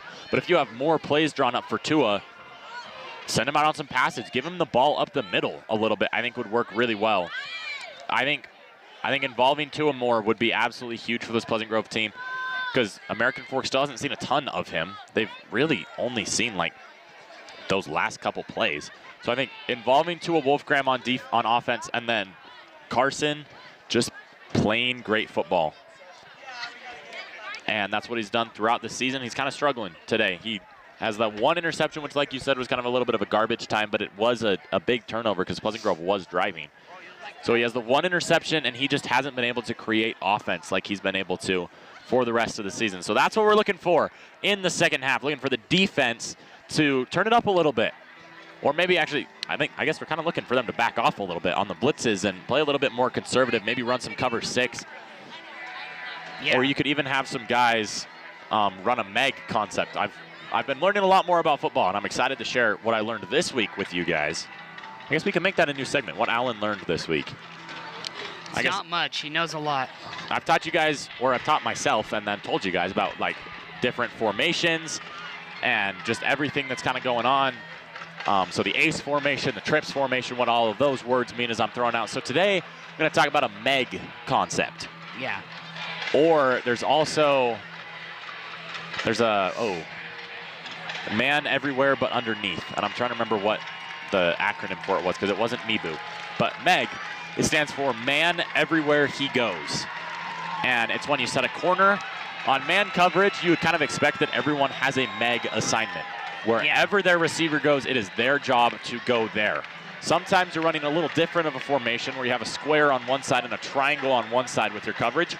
And one guy in that triangle is assigned Meg. So he's assigned to go everywhere where a single receiver goes. And then that gives you the ability to maybe put a safety into a drop zone, play that deep. And I think that's what Pleasant Grove could turn to here, is maybe setting one guy Megged on that receiver on the far side and then setting the safety into a drop zone. So if you hear someone say Meg, either on a broadcast today or as you're watching college football or the NFL over the weekend, Meg stands for man everywhere he goes. Yeah. And, well, in other news, Pleasant Grove ran out onto the field. At least the leaders were very, very hyped. They're ready for the second half. I don't know what Coach Walk talked about in the locker room there. I think Coach Walk has done a great job motivating his guys, and you'll see this is not something you see from a lot of coaches, maybe just Coach Harbaugh even, but you got some Viking coaches on the field. They're the ones playing catch with Carson. Carson is throwing it to a Vikings coach. Yeah. So we have Drake Stanley right there. So the two quarterbacks are playing catch, except for neither of them are catching the ball themselves. That's something you'll see a lot. But so we got 2.5 minutes until we start the second half. We're going to take a little bit more of a break and then talk a little more before American Fork receives the kick to start the second half. It's Pleasant Grove 10, American Fork 21. We'll be back.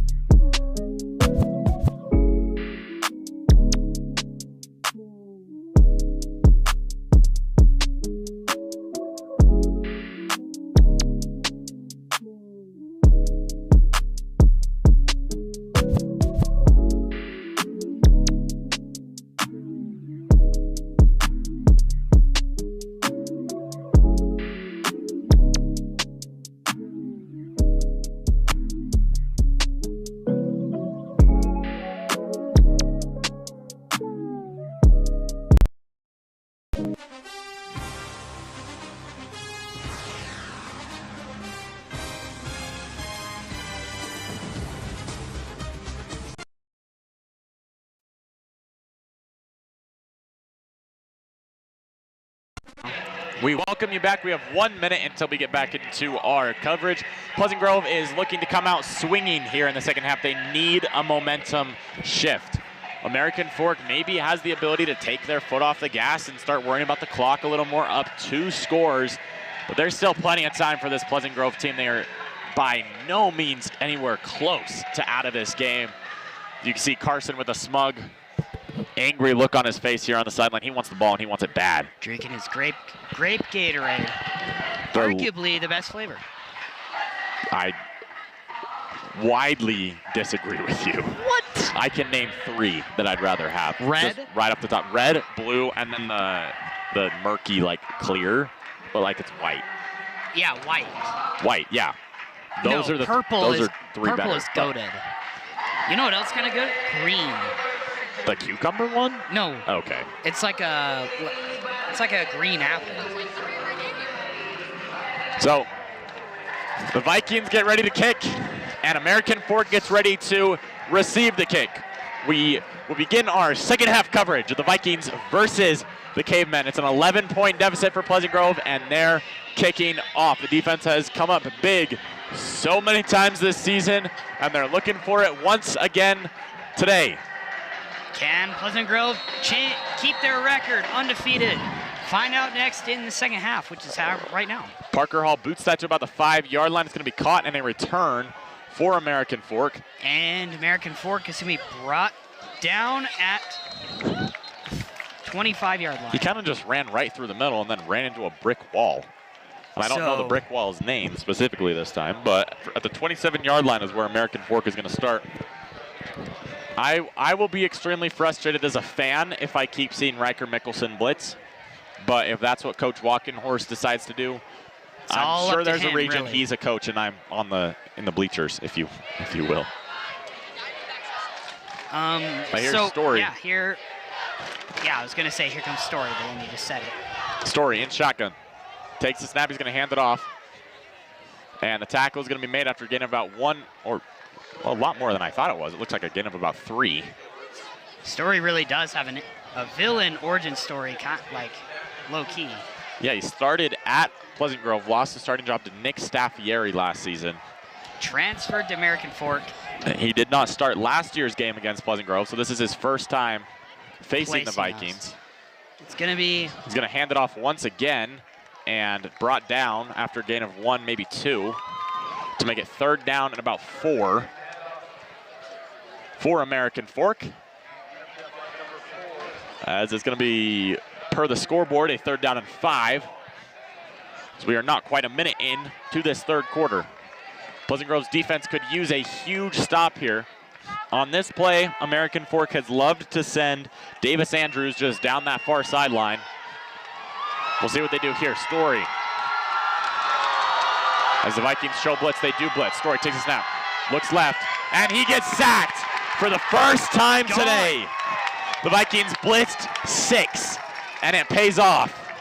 10 minutes and 35 seconds left. That was huge for Pleasant Grove's defense. Not just the sack, but was that number 13? The 3 and out. Number 13 for Pleasant Grove. Hewitt McBride. There were a lot of guys in there that might have gotten the sack, but he was a big one celebrating, so I think it was him. Big American time Fork, play. American Fork will punt. Gets the punt off.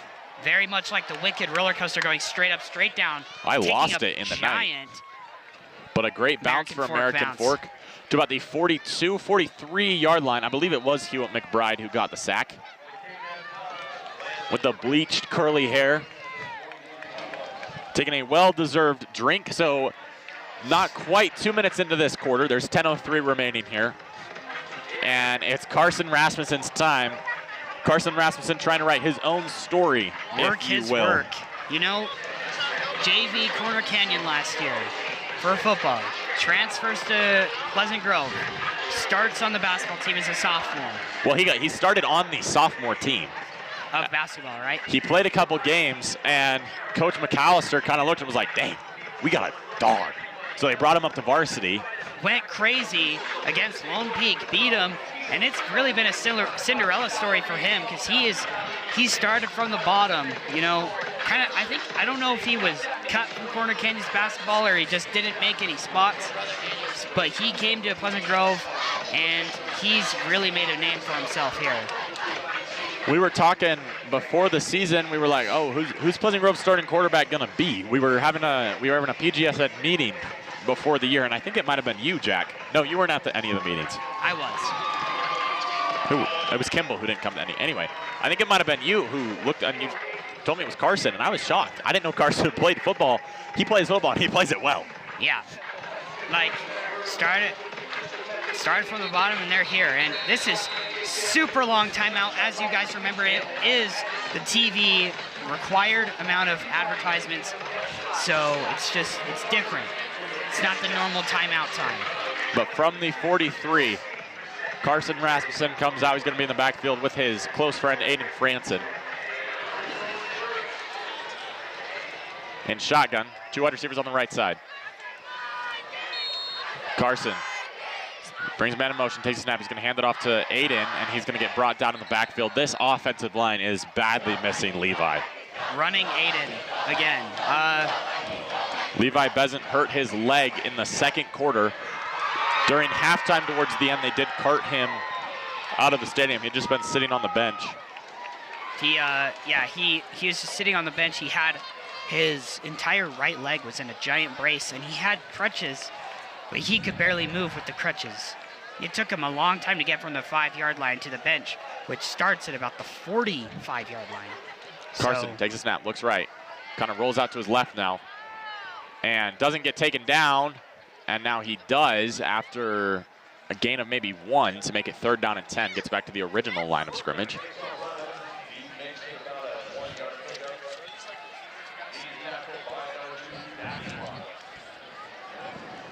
So Pleasant Grove with a big 3rd down here.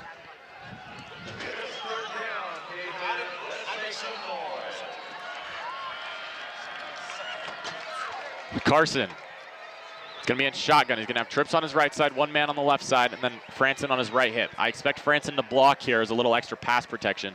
Carson, play action, steps back, gets swarmed, jump pass, and it's intercepted. By American That's just a bad mistake by Pleasant Grove and by Carson Rasmussen, trying to get the jump throw, trying to get it off. Not a terrible idea, but he's trying to force that into triple coverage, and it ends up getting picked off by the Cavemen, and this has kind of been a Carson Rasmussen mistake after mistake. It's back to it's kind of not the half of mistakes, but it is another mistake that they've made, and it's really quite unfortunate. 8:41 here remaining in the 3rd quarter. Story in shotgun, sends a man in motion, just shifts him over a little bit. Now he brings him fully in motion. Story takes his snap, he's going to hand it off. A great push by that American Fork offensive line. And it's a gain of about 6 on 1st down to make it a 2nd down and 4. I don't think it can be overstated how much Pleasant Grove is missing Levi Bezant. Yeah, it's obvious what you're seeing here. Our offensive and defensive line is just not as good as it can be. So it's really quite rough to see, but. Story in shotgun, takes a snap, hands it off to Erdley. Erdley with another big gain. Expect American Fork to keep doing that. That was, wow. I'm sorry, I don't know if you heard that. The PA announcer just said Red Rover, send Erdley right over, which I just can't put into words how much I dislike that. But there's an American Fork player down at the 40. I'm not sure that was the smartest decision by the PA announcer. Again, a few not smart decisions being made regarding when players go down and what things happen. Obviously with Levi being down, and then they play hype up music. And I believe that was Erdley, who is limping off the field now. Who was the guy that he said Red Rover about. So. And Erdley has been huge for this American Fork team. He's had a lot of great runs, and he's been a lot of American Fork's offensive production that's been really set up the pass.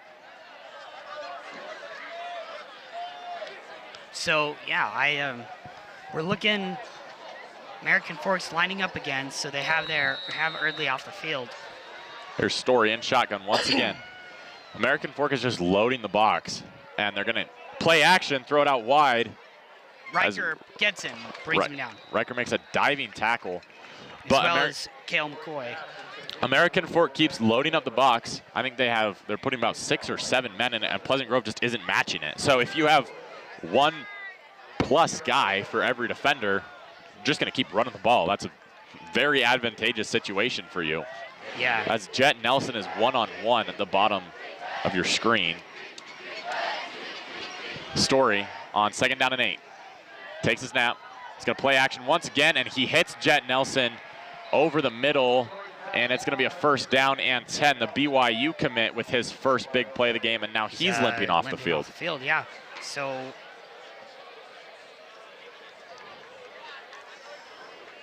Pleasant Grove's defense getting chippy out there, I think. That a lot of players are just getting hit pretty hard or being like blocked really hard. Because there's a lot of minor injuries going on, players having to get off the field. There was a penalty on American Fork, which will back them up 10 yards, 5 yards, excuse me, to make it 2nd down and 13. So we talked about penalties. I don't know, American Fork has had some offsides, but besides that, American Fork really hasn't had any penalties. There was one that was uncalled. There was a couple really which we disagreed with. Here's Story in shotgun once again. Riker shows blitz. Takes a snap, drops back.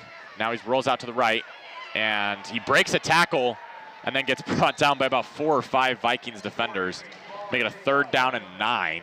That's an absolutely gutsy run by Dylan Story, because there were a lot of big, hard-hitting Vikings who piled on him towards the end of that play. But not scared to run, as it's a 3rd down and a little bit more manageable. 3rd down and about 8. Jet Nelson came back out, but he's still limping. So he came back out for this 3rd down. 3rd down and 8. Story in shotgun, and there are flags thrown. It's going to be a delay of game on American Fork. They're going to give him a timeout first, so the refs being gracious towards American Fork again. 6:14 remaining here in the 3rd quarter. They're going to take a timeout, so we're going to take a really quick timeout.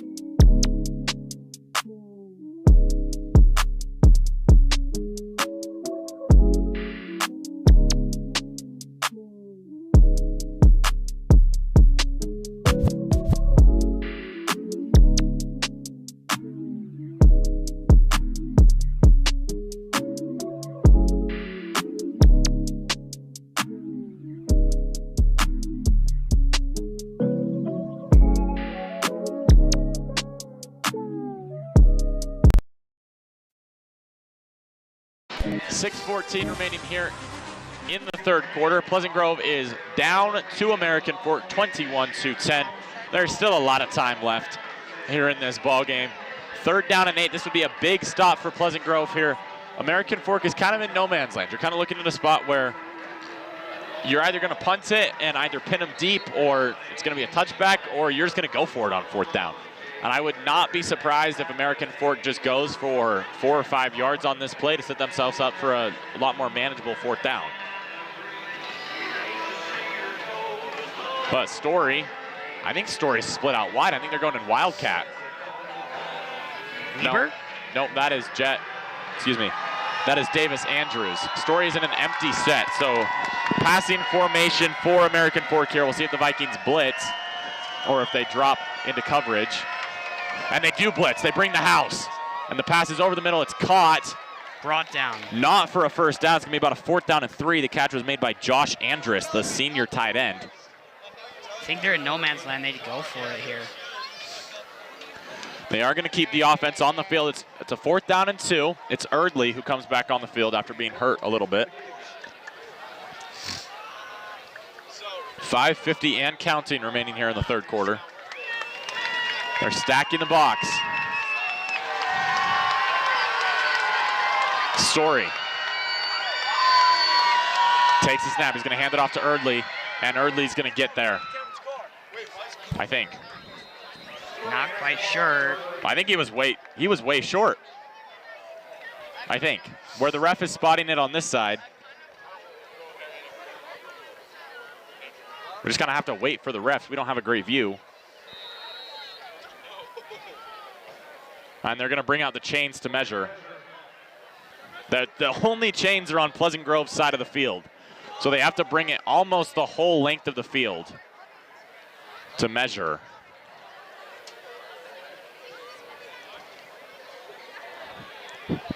So 5:31 remaining here in the third quarter. This is a big call for Pleasant Grove. No human error here. I don't know. It looks like it's gonna be really close. I think he got there. I think he did, yeah, he got. Or no, he's short, I think. That's short. That's gonna be Viking. It is short. It's gonna be Viking football. With 5:31 remaining here in the third quarter, Pleasant Grove gets the ball back. A big stop by their defense. That's exactly what Pleasant Grove needed here. Gives some momentum to Carson Rasmussen. We'll see what Carson can do here. He has 2 interceptions on the day, both of them kind of just on bad decisions. He's got a chance to redeem himself. All will be forgiven. Last week, Rasmussen went 8 for 11 with 93 yards, 2 touchdowns, and no interceptions. And kind of a little bit of a tune-up game versus Westlake. Carson takes a snap. They're running that option. He's going to keep it himself, and that was the incorrect decision. I think that was Bronco Winterton in the backfield, but it might have been Tua. Tua is on the field, so I'm guessing it was Tua. He was just split out wide. That's what I was saying towards the end of the second half. They ran that option with Tua a lot, and that kind of exposed when Tua gets on the field, get ready for the option. And so if they can't open up their playbook and kind of do different things with Wolfgram in the backfield, it's going to become maybe a little bit, I can't think of the word, contradictory to keep sending Tua out there. But Carson takes a snap, drops back. There's a good pass block by Tua. Now Wolfgram's rushed out of the pocket, throws it over his body, and it's caught by Bronco, and he dropped it. So 3rd down and 12, that's a big drop. That's the 2nd or 3rd time that we've kind of been tricked into thinking that the Vikings just had a big play and then the pass is dropped. But American Fork has got some great players on that defense. 4:44 remaining here in the third quarter, and Pleasant Grove badly needs to score on this drive. Yeah, it has to happen. This has just been sloppy. I'm looking for Carson to clean it up on this play right here. Here he is in shotgun. Winterton goes in motion. Carson takes a snap, looks right. Throws a screen pass to Wolfgram. Wolfgram's got some momentum, and that's a first down for Pleasant Grove. Pleasant Grove. Very nice. Tua feeling good about that, and that's what I was talking about, opening up the playbook a little bit, finding different ways to use Tua, and that's what they did there. For those wondering what's kind of on the line today, Pleasant Grove hasn't beaten American Fork since October 19th of 2016. As Carson is going to have a running back on his right hip, I believe it's Wolfgram. 4th and 1 right now. Oh, it is still a 4th down. Are you sure? I completely agree with the call to go for it, and I disagree with the call that it's 4th down, but we do not have a good angle. And there we go. Carson gets him to jump with his hard count. I don't know if I've ever seen anyone with a better hard count than Carson Rasmussen. I think that's 5 offsides penalties on that. Phenomenal. Absolutely phenomenal. So the last time that American Fork lost to Pleasant Grove, they lost 38-36 when sophomores Jake Jensen and Dane Christiansen linked up for 8 receptions, 146 yards, and a touchdown. Dane Christiansen. I remember hearing that name called a lot of times. There's Carson dropping back, looking right. Now he rolls right. He's moving his legs, and there's a flag. I'm not sure for what. It was thrown by the ref on this right sideline, and some Vikings fans sounded like they wanted a flag, so it's probably good for Pleasant Grove. I heard someone yell hold. Which, it might have been a holding on a corner. Usually a holding's not a good thing when you have the ball, but because Carson decided not to pass the ball, it is a holding on American Fork. Just have to wait for the refs to make a formal announcement. As American Fork is moshing on their sideline, I guess. I don't get what they're doing over there. 3:37 remaining here in the third quarter. Pleasant Grove gets an automatic first down as they move it to the 44-yard line. Pleasant Grove knocking on the door. It's the Trevin Gates part of the field. I wouldn't say knocking on the door yet. Pleasant Grove's kind of, they're walking up the sidewalk. The Ring doorbell sees them. You feel they're not quite there yet, but it's like, beep, grammar recording. You're paying attention. Carson in shotgun. The trip's on the right side. Carson takes a snap. He's going to throw the screen pass to James Clark, and he makes a man miss and gets a gain of about 2 or 3, and then gets brought down by number 21 on American Fork, Lucas Segura.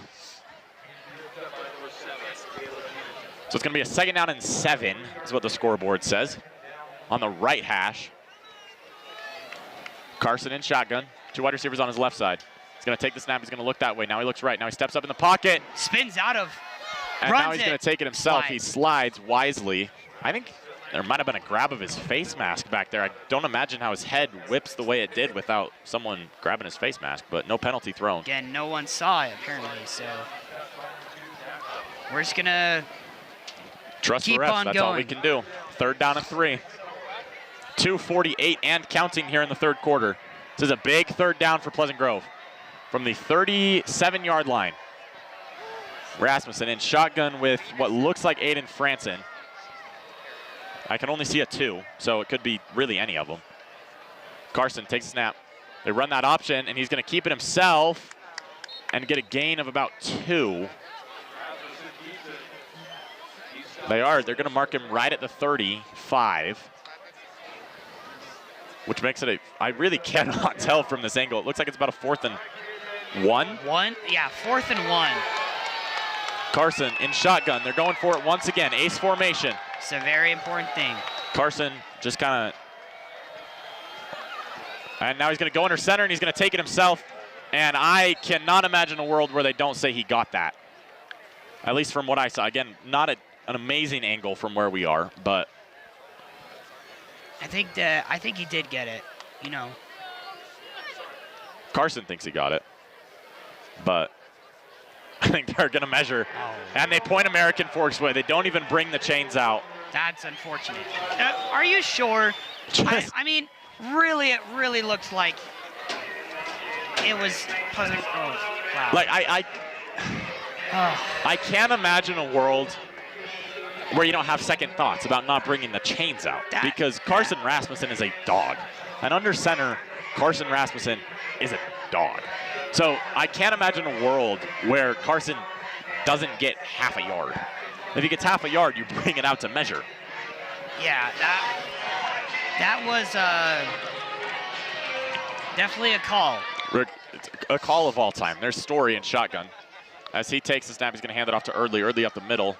As he's going to break a couple tackles and get a gain of 8 or 9 before he gets brought down. It's going to be, again, a 9 to 2nd down and 1.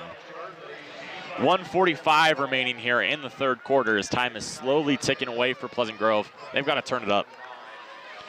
That drive looked so promising, and then they flamed out.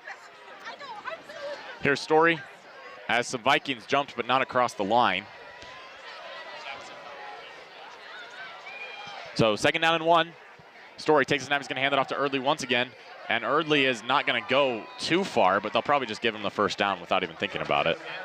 That is unlike Pleasant Grove. I mean, I don't want to say my dislike for some of the calls, but it's starting to get a little bit interesting. There have been at least 4 questionable ones. As now Story goes hurry up. So he's going to take the snap, drop back, looks left, and he's going to fire down the sideline, and it's caught once again by number 5, Davis Andrews. I don't know what has gotten into Pleasant Grove's defense today, but it's just been, it hasn't been locked down like we're used to.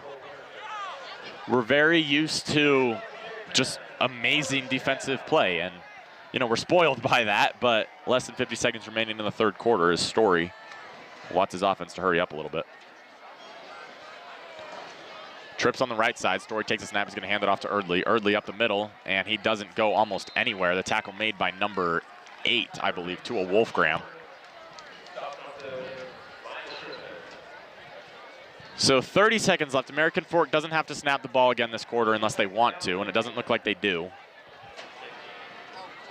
So at the end of 3, it's American Fork 21, it's Pleasant Grove 10, just like we saw at the end of the second quarter.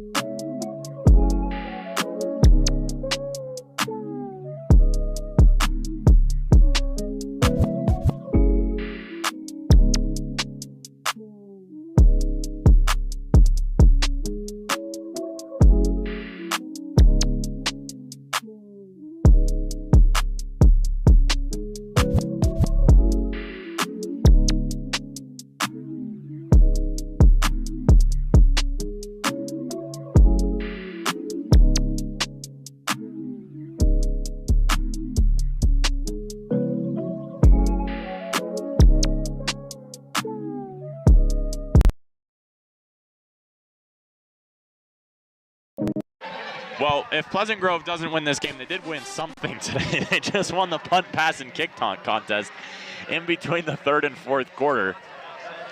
They picked 2 girls that I do not recognize for Pleasant Grove and 2 guys for American Fork, and Pleasant Grove pulled through. That's insane. So, shout out to them. So, some updates from around the region. Lehigh is doing what everyone else has done to Westlake. Lehigh's up 25-31-6 in the 4th quarter. And then Skyridge is kind of reminding Lone Peak that they're not them. 41-7 in the 4th quarter. Wow. So Skyridge going to advance to 8-0. Probably going to... You will see an 8-0 Skyridge team next week against this Pleasant Grove team, who's also looking to go 8-0. American Fork is trying to meet them at 7-1. It's not out of the picture, really. Pleasant Grove has just got to clean up their act a little bit. American Fork does host Westlake. Excuse me, Westlake hosts American Fork next week, so that will be a bloodbath.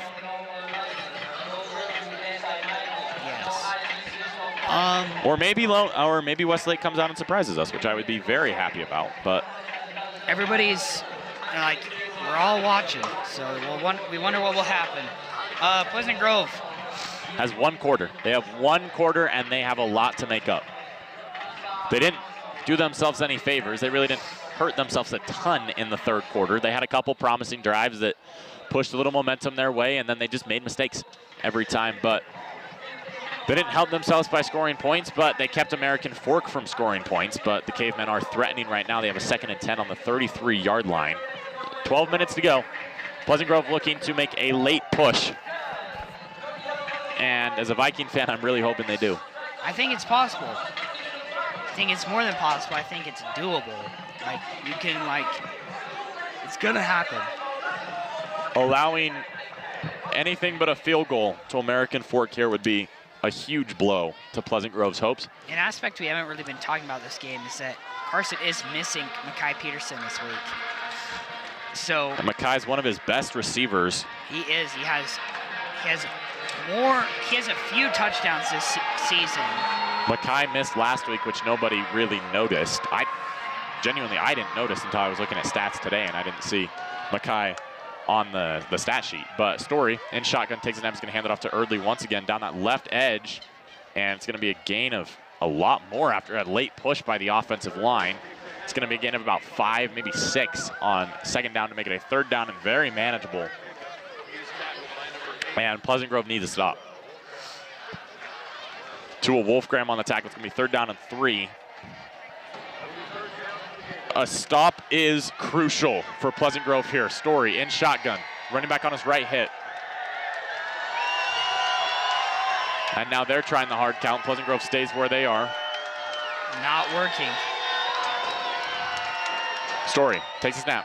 Hands it off. Oh no, he keeps it. And the pass is complete. And getting brought down at about the 10-ish yard line. So is number 8, Josh Andrus. That's a great play call by American Fork. American Fork has had a great, well-coached game today, a great game plan coming in, a great job executing that game plan, and then a great play call there on 3rd and 3. And now Story's on the right hash.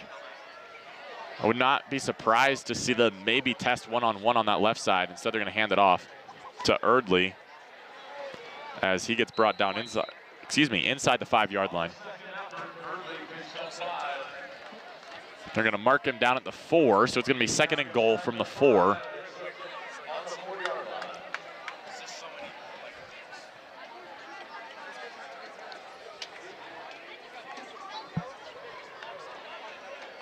Any points by American Fork here would make them the team to score the most points on Pleasant Grove this season. Which is amazing to think about. Yeah, Story takes a snap. Play action, and that should have been intercepted. That's going to be an offensive pass interference on Davis Andrews. Sean Cottle read that play perfectly. I can tell you exactly what was going through Dylan Story's mind because it was going through mine. They sent Davis Andrews out into the slot, and he was one-on-one with Sean Cottle. You're not going to send him on the fade because he'd have to. It was a roughing the passer penalty. So after Andrews hugs Sean Cottle as he tries to intercept the pass, they call a roughing the passer penalty on Pleasant Grove because why not give AF a free first down? For those of you that are maybe confused a little bit why it is a first down, every personal foul penalty is an automatic first down. So instead of it being a 3rd down and 14 like it should have been, it's a 1st and 2, and now American Fork will quarterback sneak it, and they score a touchdown. Oh, no, just short. Not quite. Just barely not. It was Dax Watts who was trying to get those points. Less than 10 minutes to go here in this ball game, and American Fork has got a couple lucky breaks. I didn't even see Story get hit at the end of that play, so I can't really comment on that. But here's Story under center, takes a snap. He's going to hand it off to Dax Watts again, and that time he is in. So 27-10 moves your score, as those lights will make my headache even worse. 27-10 with 9:41 remaining here in the 4th quarter. Pleasant Grove struggling here against American Fork. They've still got time. We'll see what they can do. American Fork, you know, we've talked a lot about how we've disagreed with a lot of calls, but American Fork has played an amazing game from start to finish. A lot of credit goes to this American Fork team, and just from what I've seen today, I think they're real contenders for a state championship. Yeah. So we're gonna. As that kick is through with a lot of room to spare. So making it 28-10. 9:41 to go. Vikings down. So American 18. Fork, the keys, we talked about it a lot. The keys to like a championship are a great defense, which the Vikings have had throughout the season. So we've seen a lot of holes today, especially after Bezant went out. And I'm expecting him to be out for a while, but I'm not sure what the injury is. So you need a great defense, and then you need an offense that's good enough to just complement your defense. And that's what Pleasant Grove has done so well all season, but they need, the one thing you'll see from championships teams is they just have a little more. And this Pleasant Grove team doesn't have a ton more. This Pleasant Grove team doesn't have like the it factor, or we haven't seen it today. I'm definitely not counting them out, but we haven't seen that today. They're down 18 with 9:41 left, and we just saw a wave of Pleasant Grove students leave, so that's extremely disappointing. I'm not gonna say that's a little bit cheap, but it is, just a little bit. By the students, or? Yeah, I mean, it's fine. You can leave. But still almost 10 minutes of football to play. Realistically, the Vikings don't walk out of this with a win. But could still happen. You never know. But we're going to turn that attitude off right now. Yeah. So 9:41 remaining here in this ball game. Vikings down 28-10. One thing American Fork has done so well today is not giving Pleasant Grove chances to return kicks or punts, and that's worked out really well in their favor. We'll see what they do here. You gotta think his leg will get tired at some point. This is his 5th kickoff of the game. All 4 of his previous ones have gone into the end zone. So it is Cale McCoy and Riker Mickelson back in the end zone. I think Mekhi Peterson is getting set to return next week. It looks like that's what he's getting ready for. He's been running, he's been on the bike today. Nevertheless, here's the kick by American Fork, and that one will also go into the end zone. So Pleasant Grove will start at the 25. Carson Rasmussen and the offense looking for a late push against American Fork. What do you think they need to do here? We've talked a little bit more about just mixing up the playbook a little bit, but what do you think they need to do here to really capitalize on? You know, I don't want to say it, but use of Sean Cottle, I think, is about due. Other than that, I do think that just like playing cleaner, not running the ball straight into a pile of people. You are missing Levi Bezant. He's an extremely important part of our defensive line and our offensive line. Carson takes a snap, looks left, throws left over the middle. It's Sean Cottle, just like you said. There is a gain of about 12 and a first down for Pleasant Grove. So that's a great start. And I think they get to the 32-yard line on a gain of 12. Yeah, so that's what I'm looking for. I'm looking for almost like ultimate Frisbee style, where you just like do quick passes to gain yards. Here's Carson, he takes a snap, looks left. Now he steps up in the pocket, flag thrown, and he's going to get out of bounds. As I believe that's going to be a holding on Pleasant Grove, but something I hope Pleasant Grove might turn to a little bit is that, like you said, that quick pass, maybe getting it outside, throwing some screen passes, just doing what you can to get yards, because that's what you need, obviously. First downs get you closer and closer. So maybe even if you do want to run the ball, do that option play that you've ran a little bit, just mix up the look, and then throw some screen passes outside, throw some quick slants, just find ways to get the ball advanced. Which sounds stupid, but the simple things are what are going to win you football games. As Carson takes a snap, looks left. Now he's going to go for a shot, and it gets bat down at the line of scrimmage. He had a man, too. It was Sean Cottle. I believe there were 2 Vikings who were kind of running streaks. I think Cottle was going to just keep going straight, and then I think it was James Clark was probably going to turn and switch his into a post route, make the safety pick where to drift. 9 minutes left in the ball game, as it's a 2nd down and 17.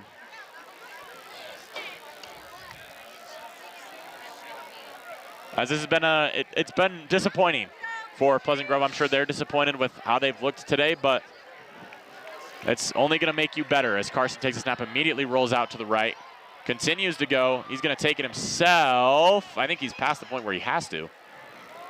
And he's going to get a gain of about 3 or 4.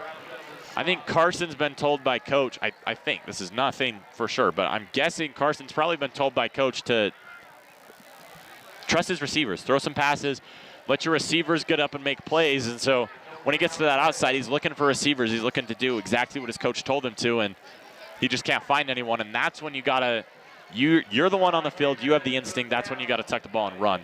But I do agree partially as well with trusting your receivers and having them go up and make a play. Here's Carson as there's a whistle by American Fork. They call a timeout. Or maybe Pleasant Grove called the timeout. I'm not sure. But they're taking a break, so we're going to take a break. 8:15 remaining in the ball game. It's American Fork 28, Pleasant Grove 10.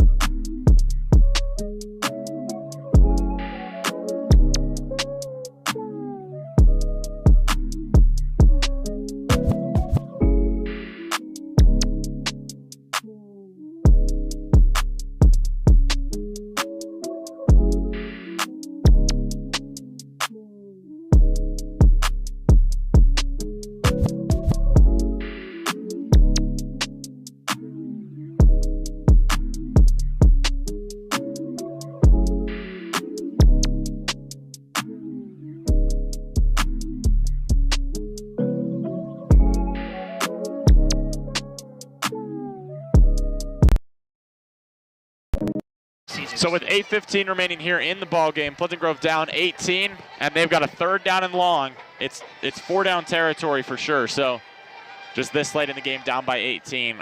Well, it's not for sure, but I'd expect them to go for it. So looking for maybe 10 yards on this play to get another bolt game gain after this.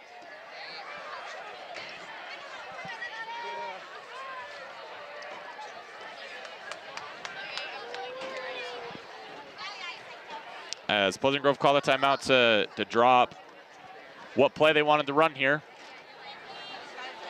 So you can't see it very well, but you do have a triangle formation. The scheme that I'm talking about is extremely advanced, so I'm not sure they're using it in high school football, but there's a triangle formation on this right side. So one of them is going to have a mega assignment, or if they're running the formation, which I don't think they are, but Carson takes a snap, he's going to step up. It's a quarterback draw.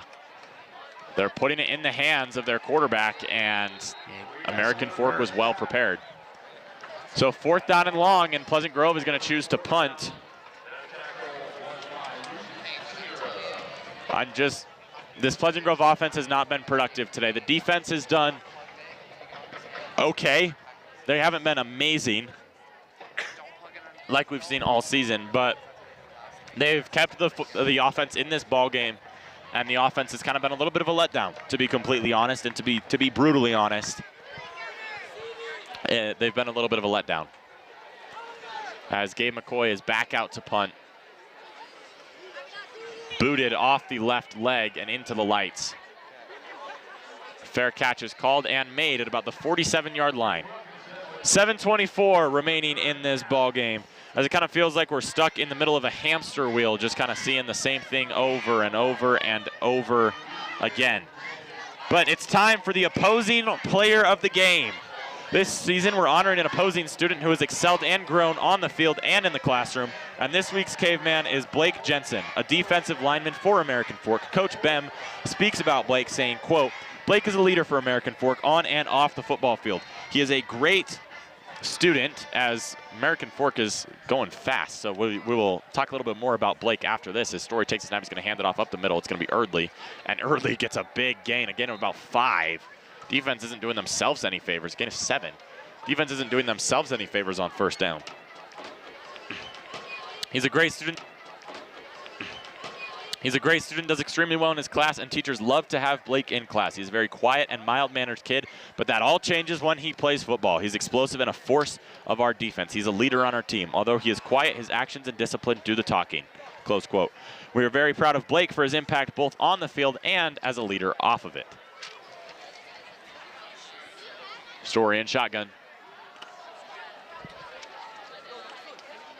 As that's going to be a 1st down for American Fork, because they're kind of just burning time off the clock, getting ready to leave this game, advancing to 7-1. And Pleasant Grove will also move to 7-1. Carson has something with his nose again.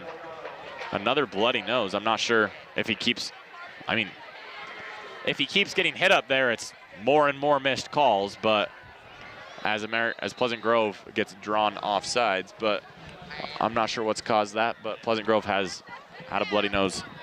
Carson has had a bloody nose a couple times as he gets misted. That's not missed. That's some stain remover. That's what that is.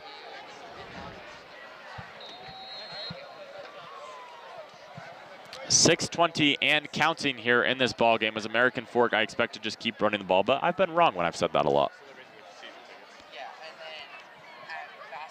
So here's Story in shotgun.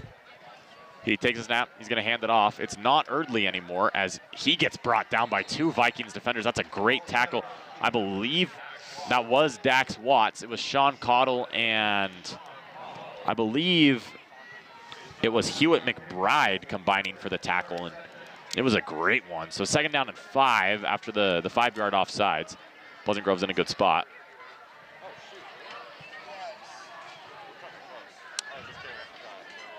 .540 remaining here in this ball game. Story in the shotgun. Takes a snap. He's going to roll out to the right, throw it, and the pass is made. Sean Cottle trying to chase him down and pushing him out of bounds. With a great push. What a push out of bounds. He gets Davis Andrews. It was completely clean. Andrews hadn't gone out of bounds yet. Cottle was just pushing him out of bounds and made a great play. Now, less than 5:30 remaining here in this ballgame. It was a first down for American Fork, so they're very happy about that.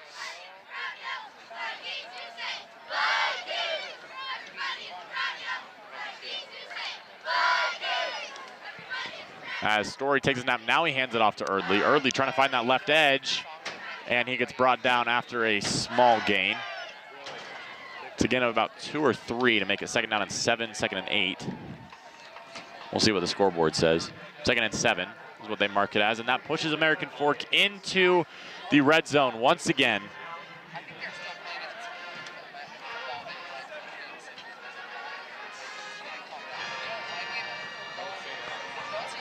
So the clock is ticking, less than 5 minutes now.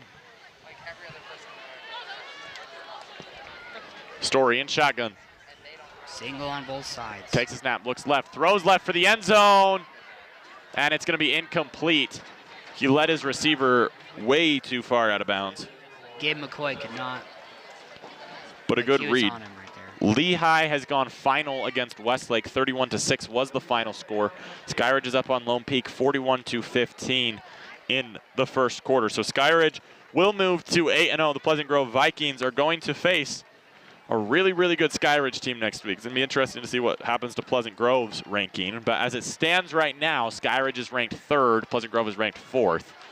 We'll see if Skyridge jumps, American Fork falls, Pleasant Grove falls, or we'll see if both teams stay in the same place. As that was a great blitz by Riker. Oh my goodness. And that wasn't Riker, that was Tua Wolfgram.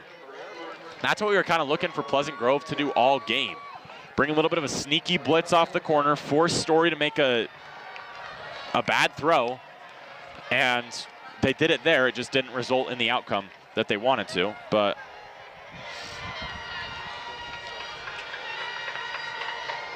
4:40 remaining. It looks like American Fork is going to kick a field goal to go up 3 touchdowns. Did miss one earlier from about 40 yards out. This one's from 35. In my opinion, that was a false start, but we'll see what gets called, and it will be a false start, so that'll push him back 5 yards to make it a 40-yard kick.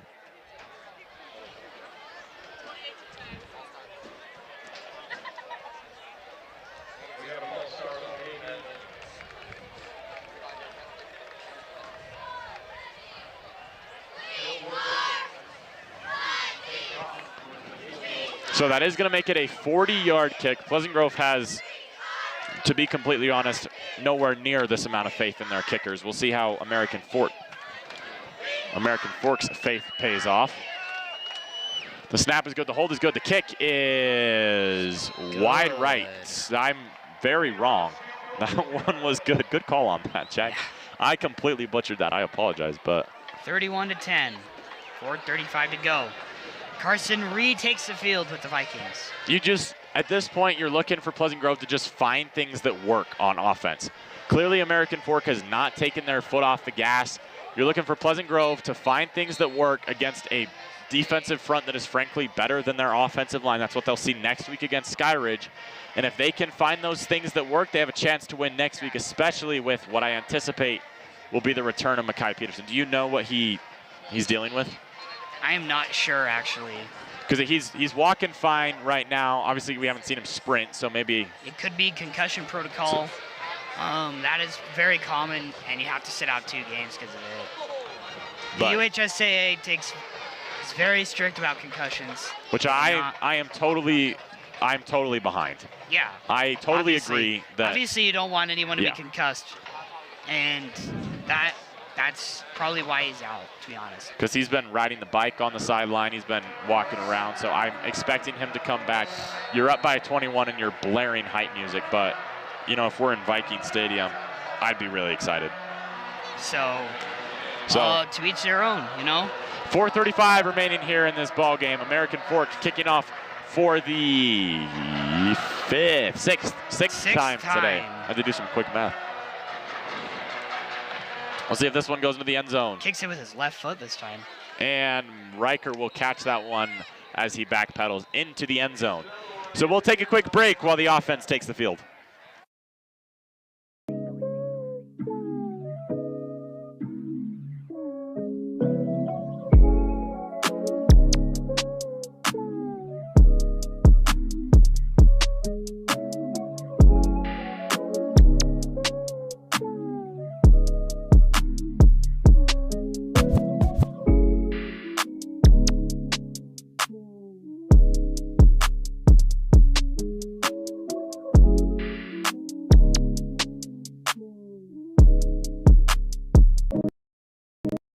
4:35 remaining here in this ball game. Pleasant Grove is down 21, just looking for any momentum that will help them out here.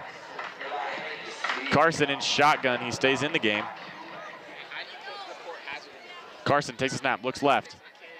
Still rolling out now to his left, as he's going to get to about the line of scrimmage, and finally there's a flag on American Fork. First time we've seen. That might be I think that's the second flag on American Fork that hasn't been an offsides or a delay of game. That is insane. As that was a late hit on Carson Rasmussen, just dirty. The game is out of hand at this point. You're up by 3 scores with 4:26. That's just a childish move. Yeah, it's just to get the late hit out of bounds. He was clearly out of bounds. No matter how much of a rival you are, that's just not really the move. Yeah, he was clearly out of bounds. It was dirty. That's frankly all it was. And that's going to ignite a fire on this Pleasant Grove team, or you hope it will. That's just not something you want to see in a game of football. Carson in shotgun. Man on his right hip. James Clark goes in motion. Carson takes a snap, fakes a handoff to him. Now, I think he was supposed to hand it off. A little jump. Oh, almost. Jump pass was not complete. Jump throw sidearm didn't work out, but 4:20 remaining. Now, I think, based off Carson's body language, I think that he might have been supposed to hand it off to James Clark, and it just didn't work out, and he kind of had to figure out what to do after that.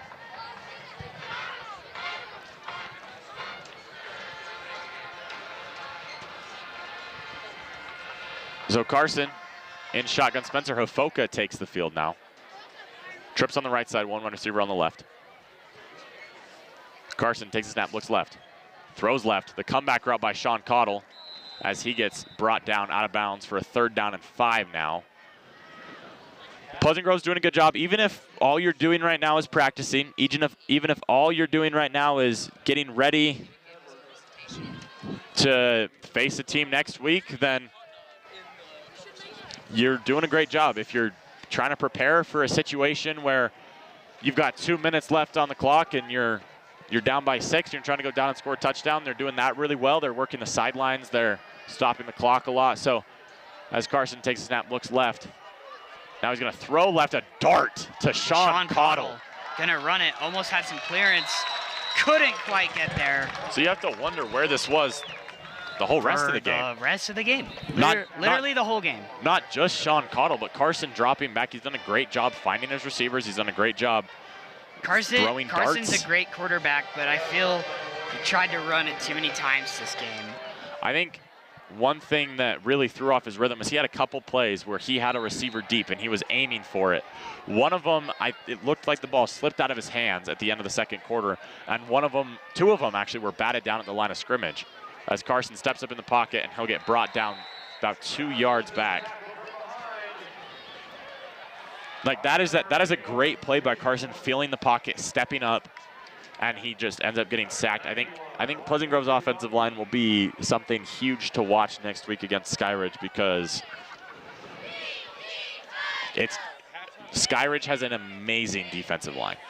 And and if Levi's out for the season, then that's going to greatly affect what goes on for Pleasant Grove. As Carson takes a snap, he's going to hand it off to Tua Wolfgram. A great spin move My there. Goodness.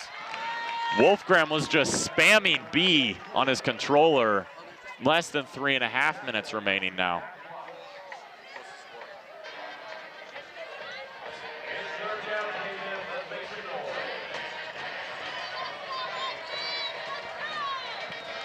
Carson takes a snap. He's going to pitch it to Wolfgram. Wolfgram turning upfield. I think that play, as long as they don't overuse it, is it's going to be a 4th down and 1, 4th down and 2. Oh, they're going to give him the 1st down. This is so weird. But I think that play, as long as they don't overuse it, could be huge next week against Skyridge, because I'm not sure they'll find any success with Aiden Franson up the middle. I think the majority of their success will come from what they're doing right now, and that's working the corner, working the edges, working the sidelines, just finding open receivers and advancing the ball. As Carson takes a snap, he gets blitzed, rolls left, throws left, sidearm passes caught for a gain of about 1 or 2 by Spencer Hofoka. Number 17, the Vikings receiver, has more students leaving early. This is a little bit more warranted than leaving with 10 minutes to go. Yeah, I'm a till the clock says 0 type of guy, but Yeah, me too. But to each their own, you know? yeah. The Vikings student section did a great job of bringing energy in the first half, and then it kind of dampened a little bit. But the student section has been so good all year. As here's an empty set for Carson. Excuse me, sorry. There's a running back in the backfield. As Carson has to navigate that pocket, and I think he fumbled, picked it back up. But see, that's just a mistake by the Vikings offensive line, just letting the guy through, and there's not really much you can do there because they are outmatched, especially with Levi Bezin out. The Vikings offensive line, as you see, they're not the biggest guys. They've done so good all season, keeping defensive lines at bay. Specifically, I wanted to shout out Lucas Jackson has done a great job. He's someone I've noticed in every game. As Carson takes a snap, looks left, steps up in the pocket. Now he's swarmed once again by multiple Cavemen. And that's going to make it 4th down and long for Pleasant Grove, as I think Carson might be hurting a little bit after that one. 1:07 remaining in this ball game. I think Pleasant Grove's probably going to go for it, and then you're going to see a knee or two from American Fork, and that will end this one off. Carson in shotgun, running back on his left hip. Hard count once again. Still trying to get them to jump off sides. That's something I love. You never stop working on the fundamentals, no matter how much you're down or how much you're up. Carson takes a snap, looks left, has to step up in the pocket once again, fires a dart to the sideline, and it's going to be incomplete. So 34.5 remaining, and that's going to do it. I think we're just going to see AF take a knee. And, you know. So a lot to unpack here. A lot of, honestly, a lot of good for Pleasant Grove on that last drive. And then a couple shaky things. Obviously, the first thing you need to figure out is Levi Bezin. He's been so good all season. You need to figure out what he's going to be looking like. I think next week, Pleasant Grove, if they can come out with a fire lit underneath them, you're probably getting Makai Peterson back. You're playing a tough Skyridge team. That would be a huge victory on the road, as there is the knee by Dylan Story, who faces Pleasant Grove for the first time. And the last time. Yeah, for the first time and the last time in his career. Tune in next week. Coverage will start at 6:45 p.m. as Pleasant Grove travels to Skyridge. Your commentators for that game will be Jack Barnard and Kimball Ray. Thank you for tuning in this week. We got to end this one pretty quickly. Some people have commitments to other things. Caden's going to a BYU game, but we thank you for tuning in today. We thank you for your continued support as Pleasant Grove goes down 31-10, ending their undefeated season. But hey, 7-1 is pretty good. We'll talk to you guys next week at Skyridge. Thank you.